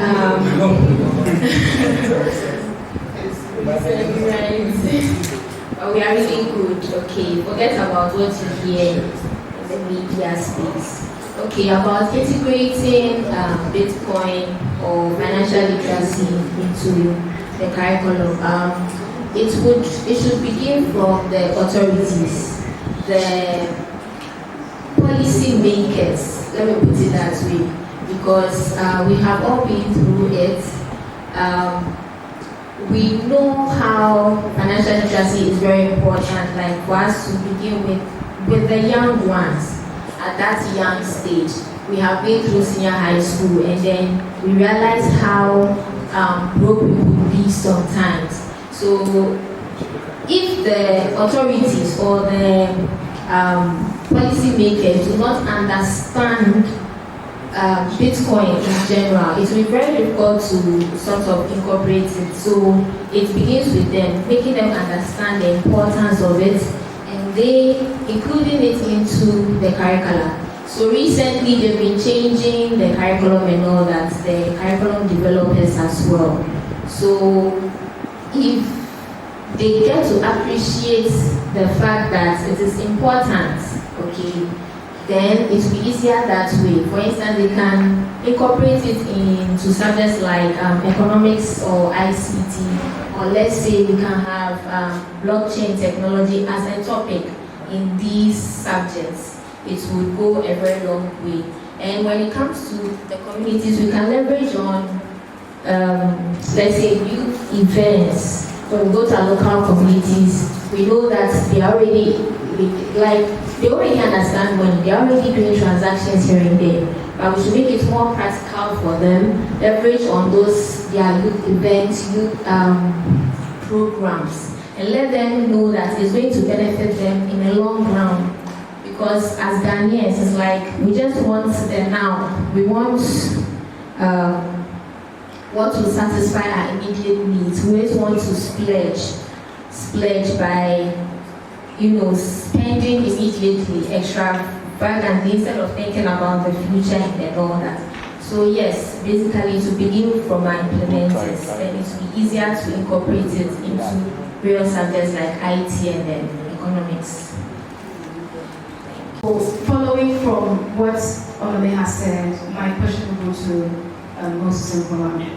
So as a software engineer with one of the leading Bitcoin companies in Africa, do you think Bitcoin is safe and is it trustworthy?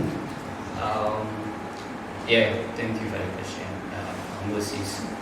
Yeah, Bitcoin is very safe. So Eddie earlier on spoke about how Bitcoin is decentralized. Yeah, Eddie earlier on spoke about how Bitcoin is decentralized, how we use the SH algorithm in hashing both ends of the transaction. Another thing we can look at is Bitcoin, all the transactions on Bitcoin are public out there, right? Yeah, they are public out there, and everyone at all can have access to it. So once you send Bitcoin, whichever address you are sending to is available on the blockchain. So the blockchain is basically the ledger of all Bitcoin transactions that anybody at all can have access to, and then look at all the transactions that are going on. Even though they are anonymous, because you don't know all those behind the addresses. All you know is, one funds have been sent from one transaction to another transaction. So all the network nodes or the machines on the node have access to all these blockchains that are running on the system. Yeah. So it makes the system very secure, because there is no one point where you can say, okay, once I attack this system, then I brought down the Bitcoin chain. Another thing too that which makes Bitcoin secure is the hashing algorithm part. The communication between all the nodes on the network are hashed. So you don't know the packets that have been sent. So the end point is hashed, and then the out point is also hashed. So once it goes up and down the network, everything is hashed. Even if you are able to intercept the packets, you don't know, because you don't have the on hashing algorithm or the encrypting algorithm to encrypt it. Another thing too is every transaction or block that is pushed onto the blockchain, you need a lot of power. That's why the miners use a lot of power in producing this Bitcoin. So before you can make corrections or you can alter a transaction on the block, using a very high amount of power to alter all these transactions, and you have to do it on almost half of the nodes on the network. And the Bitcoin blockchain is very wide. I don't think anybody will stand up one day and say, okay, I want to go and make changes to the blocks on the network. So that makes it very, very simple. Thank you very much. So this question is for myself and also putting myself in the shoes of other people who would want to ask this. As a beginner, how do I start building wealth using Bitcoin? I feel like we've already talked about all of these things, but I need a detailed, or maybe you come down to my level like a class 1, how money can be. I feel like what we've talked about borders more on the wealth sustenance, but the wealth creation from the beginning. Can you take us through that? Yes, so that's one thing that the Bitcoin apps helps a lot. Right? So with even as low as $1, you can start saving on the Bitcoin app. I heard somebody mention about this year, that's the dollar cost averaging. Right? So with the dollar cost average, what it does is you set, it just works like the way we have Susu today, the normal Susu that we are doing. But this time around, you are doing it in Bitcoin. So once you set, let's say, okay, every day I want to buy $1 of Bitcoin. Once you set that on the app, every day the app will automatically take that $1 and then buy the Bitcoin and then put it down for you. What this does is when Bitcoin gets to, let's say, 15 cedis or $15, the app is running and then buying the Bitcoin for you. When it gets to 40, it's buying it for you. And then it's able to calculate the interest that you have been able to accumulate over a period of time on the app. So you can actually see the progress that you are making on the app. With aside the dollar cost averaging, you can also invest in Bitcoin. Or you can just buy it and then keep it. Right now, in I think 4 years ago, Bitcoin was around $18, and today it's around 96. So even if you didn't trade, you didn't do anything, you just all you did was buy $10 of Bitcoin and then put it down. Now you have gotten a lot of interest on that amount that you just kept without doing anything. So for beginners, you can use the DCA approach, which is with the Bitcoin app has.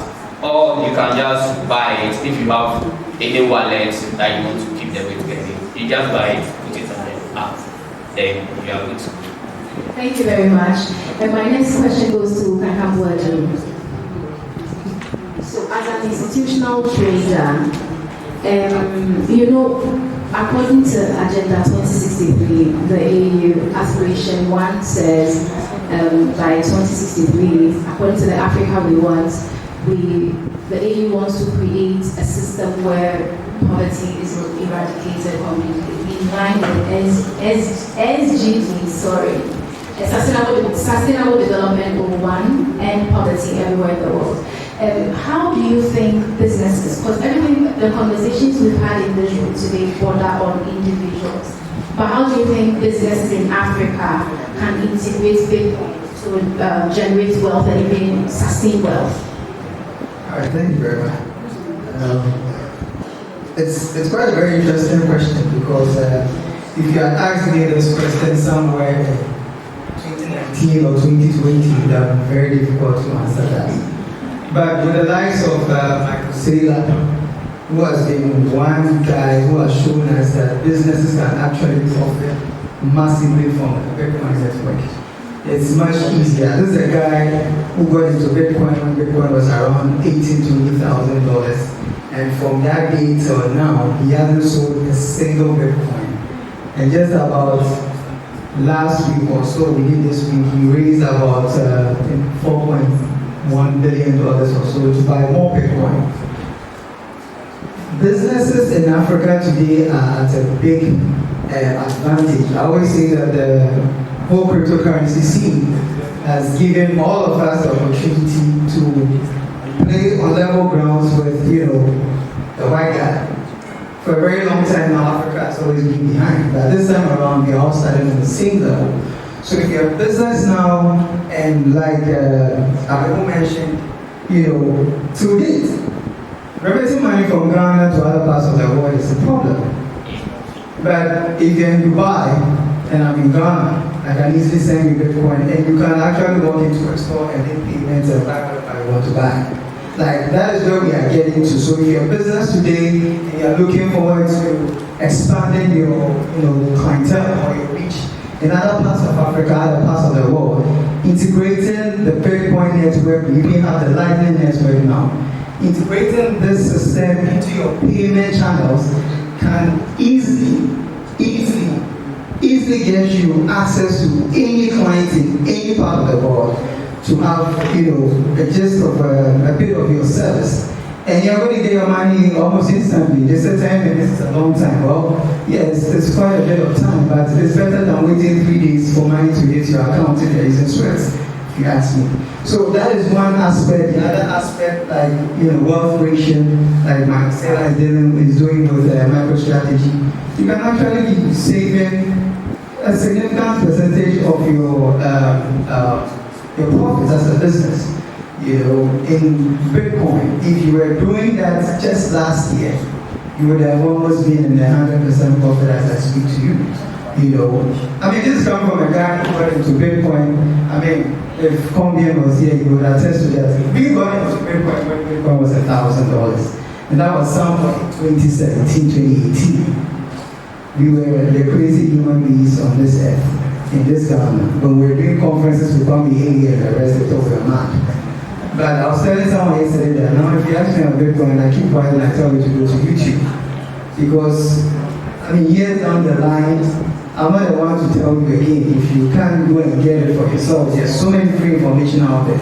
And that's one of the reasons why I'm very jealous and protective over Bitfiasi. Because, like she rightly said, from the infant stages, if people are taught, if businesses are taught how to manage their money, how to save their money, and how to make transactions easy using innovations like the Lightning network on the cryptocurrency platform. Once they are assured of the safety of the network, like Moses rightly did, I think every business should actually consider that.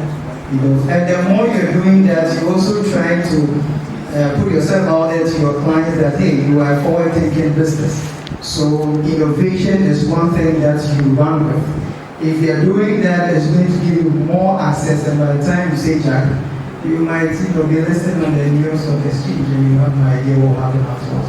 So these are some of the ways that we can all get into it as young businesses. Now everybody wants to be a business owner. It's nice. If you are getting into that, consider some of these aspects of the newcoming lines, and I'm sure you're okay, thank you very much. So I have a follow-up to this one. Are there specific institutions or sectors that can trade in Bitcoin? As businesses, are there specific institutions? So can government institutions, for example, trade in Bitcoin? And besides that, even in private, is it limited to certain businesses or every business applies? That's a very fantastic question. And like I said, the question like this too in 2017 that was difficult to answer.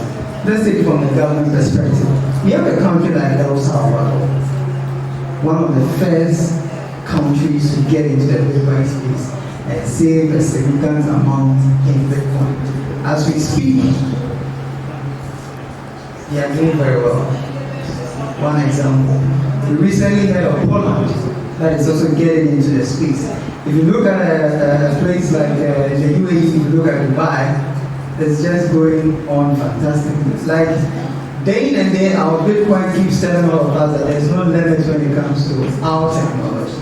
And that is why people like myself and all these guys are all over the place. There are so many aspects of it that is not limited to anybody. You can literally be in your house and download the Bitnote app. And without any technical knowledge, you can be trading in a cryptocurrency and Bitcoin and other cryptocurrencies, and then you're good to go. At the end of the day, it's safe for every aspect of the industry. Irrespective of what you do, you can get into it and you're not gonna say, because he gave a detailed explanation of how safe Bitcoin is. Back in the day, I used to tell people that you need Kombian handkerchief to break the Bitcoin expert. But it is so safe that everybody can get into it. It's not limited to anybody or any institution. And you can either designate a part of your crew to do the trading for you. You can, employ some of, or jump into partnership with some of these hedge funds and do that for you. As an individual, if you don't want stress like some of us, you can just buy it and then just make sure that you keep your password safe.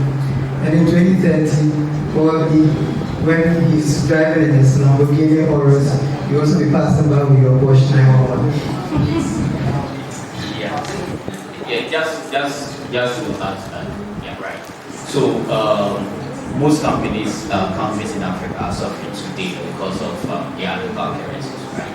And if countries are bold enough to adopt Bitcoin, I think there'll be a lot of solutions to our inflation problems, right? Because let's say a year ago, the CDs that you need to buy Bitcoin, and now the amount of CDs that you need to buy Bitcoin is way higher than the dollar equivalent, right? So if we are actually adopting Bitcoin as our currency, we will be better off than how we are using our CD right now. So I think it's an avenue where we can look at and then help our country to also adopt it more and more, help businesses to accept it. You made mention of remittances, right? Sending funds from Ghana to the UK today costs a lot of money if you are using the normal route. But with Bitcoin, you can send it even using Lightning and it will be delivered immediately, right?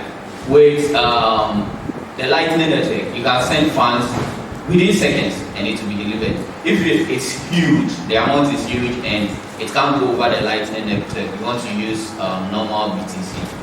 The maximum you can make is, let's say 20 minutes, 30 minutes, or 10 minutes. The person at the other end will get it. And these are huge business money. And the fees that is involved is very small as compared to if you were sending it in the normal route. So I think that's a very important side that our businesses can also look at. Thank you very much. So my next question will go to Olobe.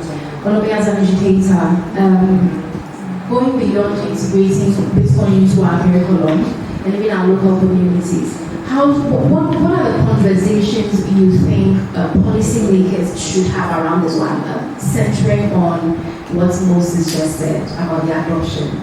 What are the conversations you think should come around these ones?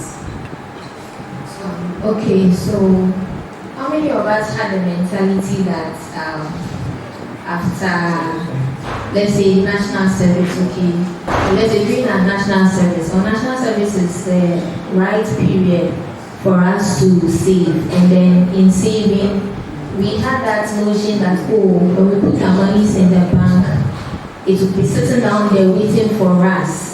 Like, it will just be sitting down there waiting for us, admiring us, and then when it is time for us to go in for the money, they will just go in for it. Most of us had that mentality because we never knew about how money was worked.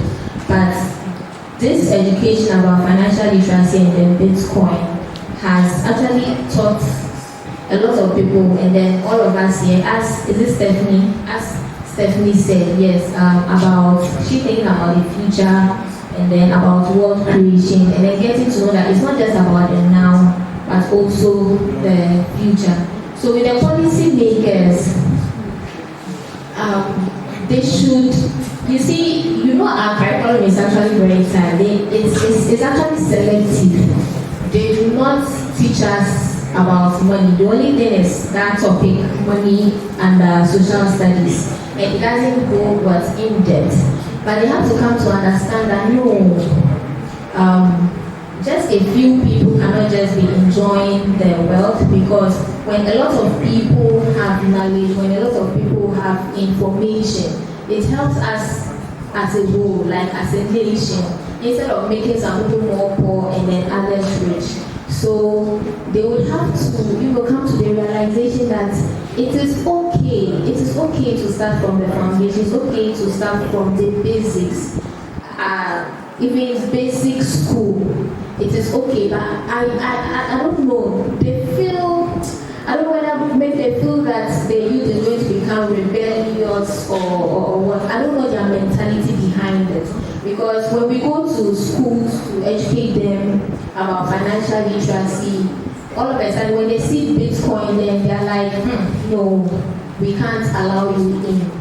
So it is that mentality. So they have to understand and get to know that now it is for the good of the entire nation. And it should begin from the foundation. When we're in basic school, the only savings we're doing, we're saving towards our day. Like when they get to our day, they will buy food and sweets and then all that. But during senior high school, did we really have the mentality that no, we are not just waiting till we complete the university and then we are now doing national service? Because the money will never be enough for us. It will never be enough. You see, so people can say that okay, we are not working, we are still depending on our parents. But it shouldn't be about that. Even the little that is given to you, you should have the knowledge that no, you should save first for what future's sake. Because as Ghanaians, as Africans, we are interested in taking care of the now, like our now needs. Sometimes I go to talk to somebody about, let's say, investment on this Bitcoin, and they're like, okay, when can I cash out? The person is really thinking about what, when to cash out. The person wants to spend on, and it's not thinking about like the future. And then someone even told me that, oh, the future will take care of itself, yes. Oh, don't worry, even if I die, my child will survive. So the authorities have to like appreciate financial literacy more. I think it is actually it is less, what's the English word? It is underestimated. Financial literacy is underestimated. And they shouldn't be afraid, our leaders shouldn't be afraid if even nursery, primary, basic level have that financial knowledge about savings, investments, for future purposes. If I answer the question. In fact, you've more than answered, because I was going to ask you why you think it's not integrated already. And you seem to have talked about maybe the anticipation for rebellion among the youth. So I think you've already answered that. Yes, because it is actually already happening, like the indiscipline. They feel that, okay, the students feel that after all, I have money, I am richer than my headmaster. You see, so as they have that mentality, let's say the old headmaster, just about retiring, has no knowledge about Bitcoin. But these young boys or the young men, they are already into it. They know that, they have this amount of money. Then they become rebellious. They don't want to even respect you, the head, talk less of the teacher. They have that mentality that after all, I am richer than you. You walk to school, like I drive to school, you see. So they feel that the students would be so involved in money. Sometimes the students can be writing the exams and I'll be invigilating, I'm going on invigilating, and then you're written on the paper, for school, money on my mind, you see. So I think it is more about like the education. So I think we have to find a way of limiting the students. I think I'm lacking the right vocabs. Like have certain boundaries for them. Yes, so that they don't feel that, it is something that I can spread about or lavish about. So I think it's a system that has to be created to set boundaries. so that they don't get rebellious. Aside that, is very, very important. Financial justice. Thank you very much. I think it's very, your point on the students using all of these words to put money in the faces of people is very important. That even though we want you to make the money, there should be some boundaries. Thank you all so much. I had a lot of follow-up questions, but it looks like your answers are so elaborate.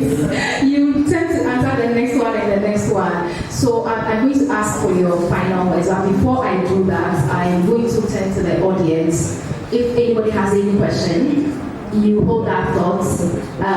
In the next few minutes, we get to your questions so that the panelists will answer you. Thank you. So your very final words. I want Moses to be the best. I don't know, but I just want Onome to be the last since it's a women's program. I'm biased like that. So yeah, thank you. Yeah, I think my last words would be don't forget to start saving in Bitcoin. No matter the amount that you have, just start saving it now. And you need it in the future. Thank you so much. And can come forward to. I like the fact that you wanted to go last. It's our program, so. Interesting. So my final words, which I hope will be taken seriously. First of all, I want to touch on the importance of what is going on here. We saw a mother, a daughter, a very elite person who ditched a certificate to go all out on Bitcoin and hasn't regretted ever since. Now, a lot of people are not getting the importance of educating the woman on financial literacy, and I think that is where the problem is. Imagine, being a mother of 4 or 5 and being a Bitcoin literate. Your kids are literally going to grow up not knowing the importance of paper money. Literally. Like I'm talking to a guy who started a business where we were one of the frontiers for selling digital airtime before the banks caught on, way back 2016. Right? Back then we were telling Kombian and I, a couple of guys were telling them that time is going to come that scratch cards are going to be irrelevant. Fast forward 2023, you can't find MTN scratch cards to buy. The same group of guys were talking about Bitcoin when it was 1,000 cedis and the exchange rate was around 3 cedis, 4 cedis. Today, that 1,000 cedis, $1,000 Bitcoin is almost 100,000, which we are for the party to have it. And the exchange rate is 17 cedis per dollar. This country is not getting any better, unfortunately, in terms of those numbers. But this is where we are going. So if we have a group of kids, a generation coming up called the Gen Zs and the Gen whatever it is, and these guys are already asking you how were you dealing with life without the internet, and you are explaining it to them to the best of your abilities and they are not getting it. Imagine if your wife, your sister, or whoever who spends more time with their kids than you yourself as a brother or as a husband has the highest peak of financial literacy. You are set for life. I'm talking to the men on this level. Like, let's make it a priority to push the girl child into financial literacy, especially with regards to crypto. Because we are done with the treasury bills. We are done with the mutual funds. We are done with all that. I was very happy when I heard the lady saying that her husband taught her this thing, and now she has taken it to the next level. He probably wouldn't have been able to do that. Alright, so as women and as men who have sisters, those of you who have 2 or 3 girlfriends and hair wives and all that, just to make a joke out of it. Let's make it a priority to carry this message to them. If they are not getting it, fair enough. That is why Bitfiasi is there. Get them signed up. Let them learn all these things. This is just the first of what we have planned. I mean, Senna, Kombian, and the rest, these are fantastic people who understand what they are doing. let's jump on this train, let's put a word out there, and let's make it a point to understand it in our own words. Because, I mean, how many people can we put in this room to educate? Just a very few. But I'm seeing almost about 30 or 40 people in this room. And if each person is educating 10 people, boom, we have 400 women who have been educated. If these 400 women are educated 10 people, 4,000. By the time you realize 5 years down the line, the women make about, I think 60-70% of our population.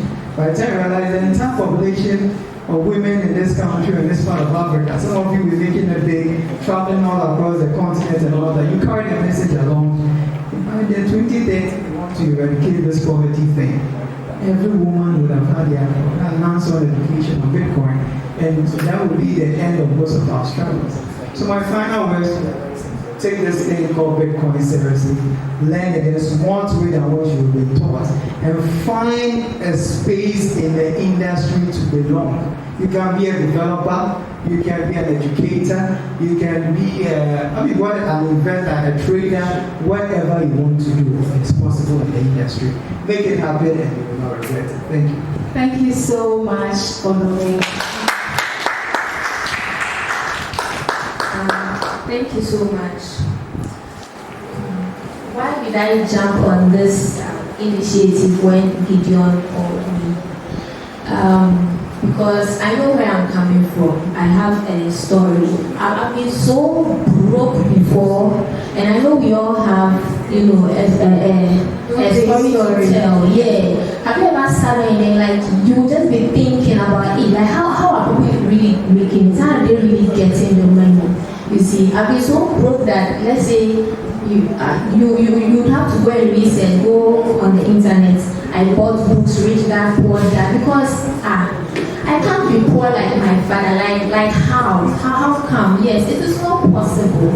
Okay, you didn't choose the family, that you came out from, but you can choose, what you want to be at the end.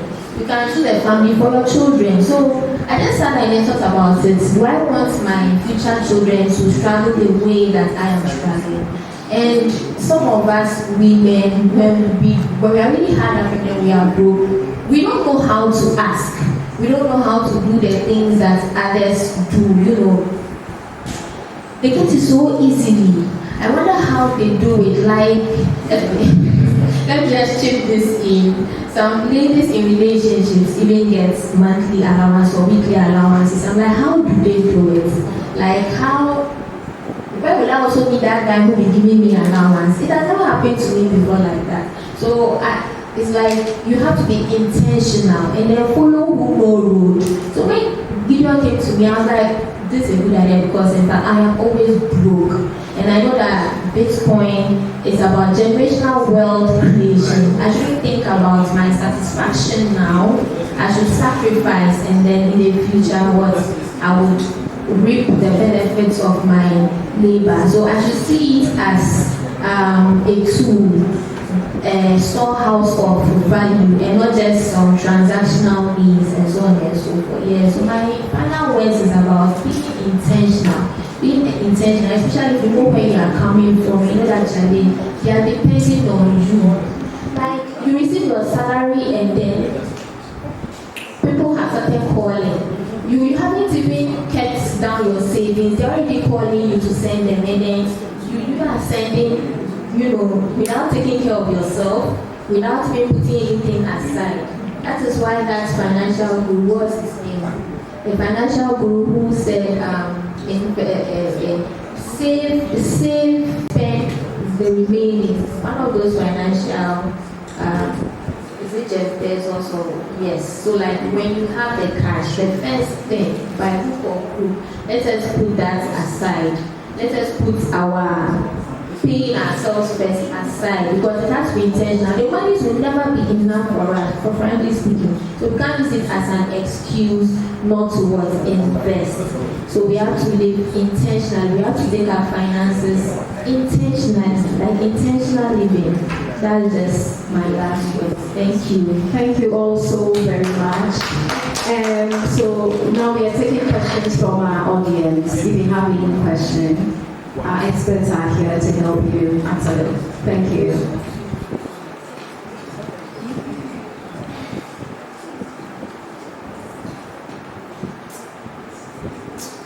Okay, in the absence of further questions, someone has a question? Okay, in the absence of any further questions, I think we are done with our panel discussion. Thank you so much, sirs and madam. What an incredible journey it has been today.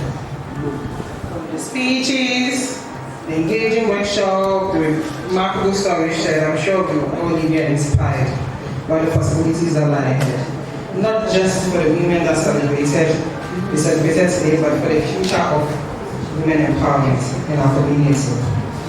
This is just the beginning. Imagine what this knowledge could do if we spread further, empowering more women to rewrite their financial narratives, start businesses, and lead transformative projects in their communities.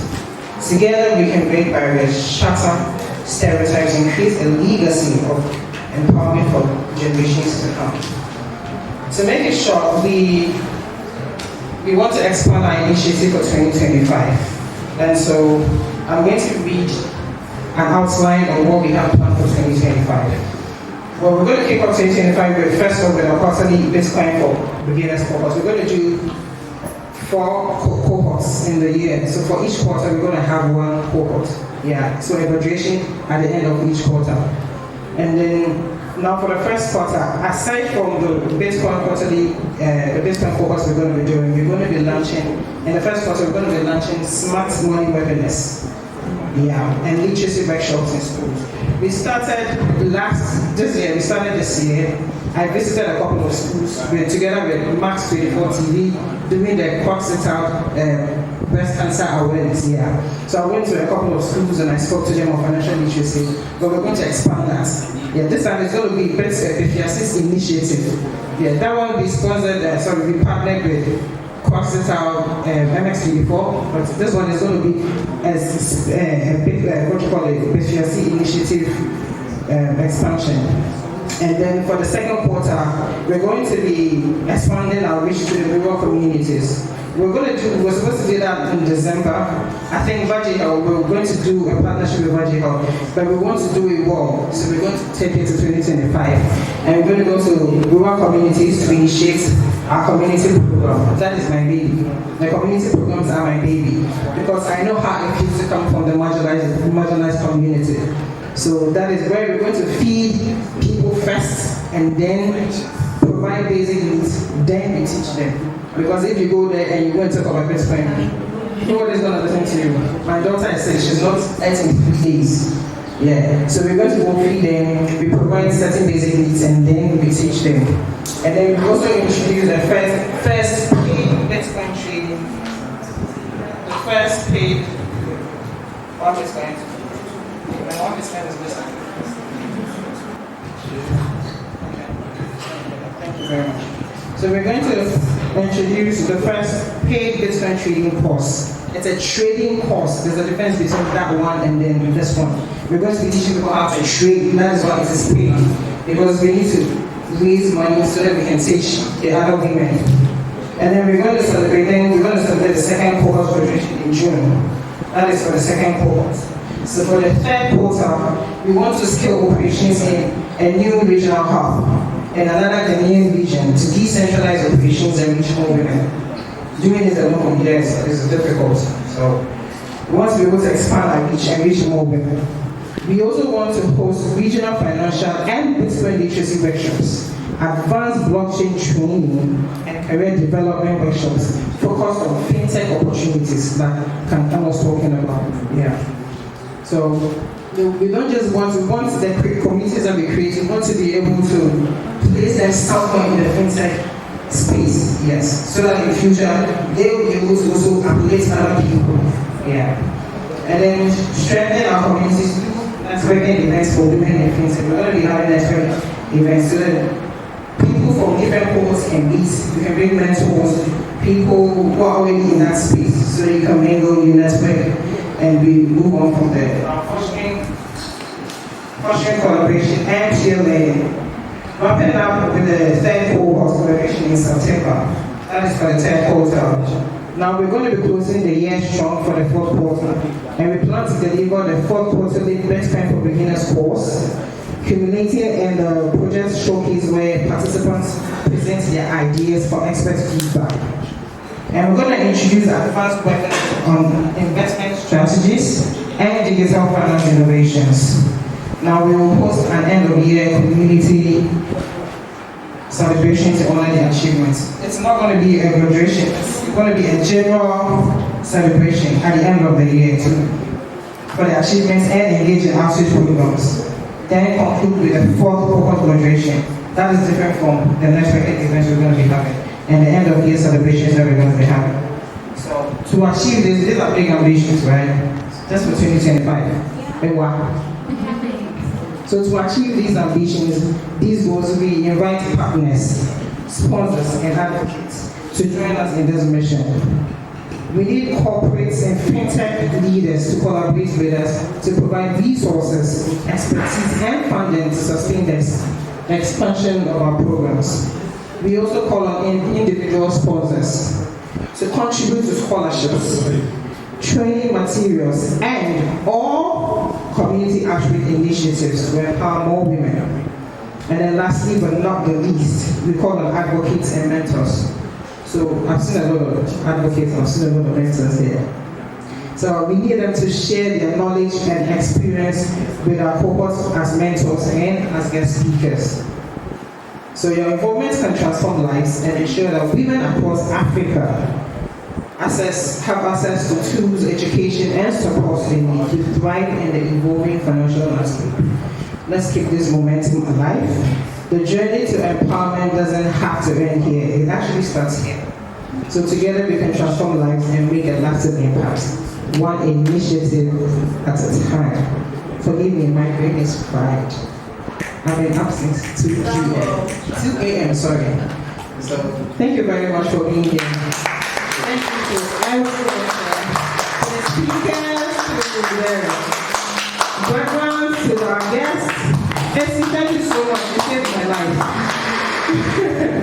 Thank you so much. I'm going to hand over to Shika and she can finish this. No, it's tight. Okay, so thank you all so much for coming once again.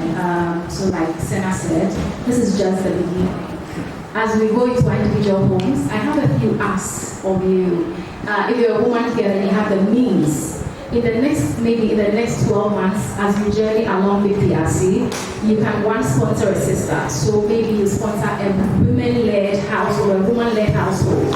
If you have the means, yeah. Secondly, if you can, instead of shopping in the big shops or the malls or the hypermarkets, you could collaborate with market women. When you buy from a market woman, you're not just buying from her. You're putting her child through school, or you're putting food on her table or something like that, putting clothes on the back of their children. And thirdly, I think if you have a domestic help at home, instead of letting them just stay at home to be cleaning and cooking, you could actually help better their lives by maybe taking them to school if they are at that age. If they've gone out at that age, you could help them learn a trade or something. And together, we hold one another's hands to rise. Thank you so much, and thank you for having me.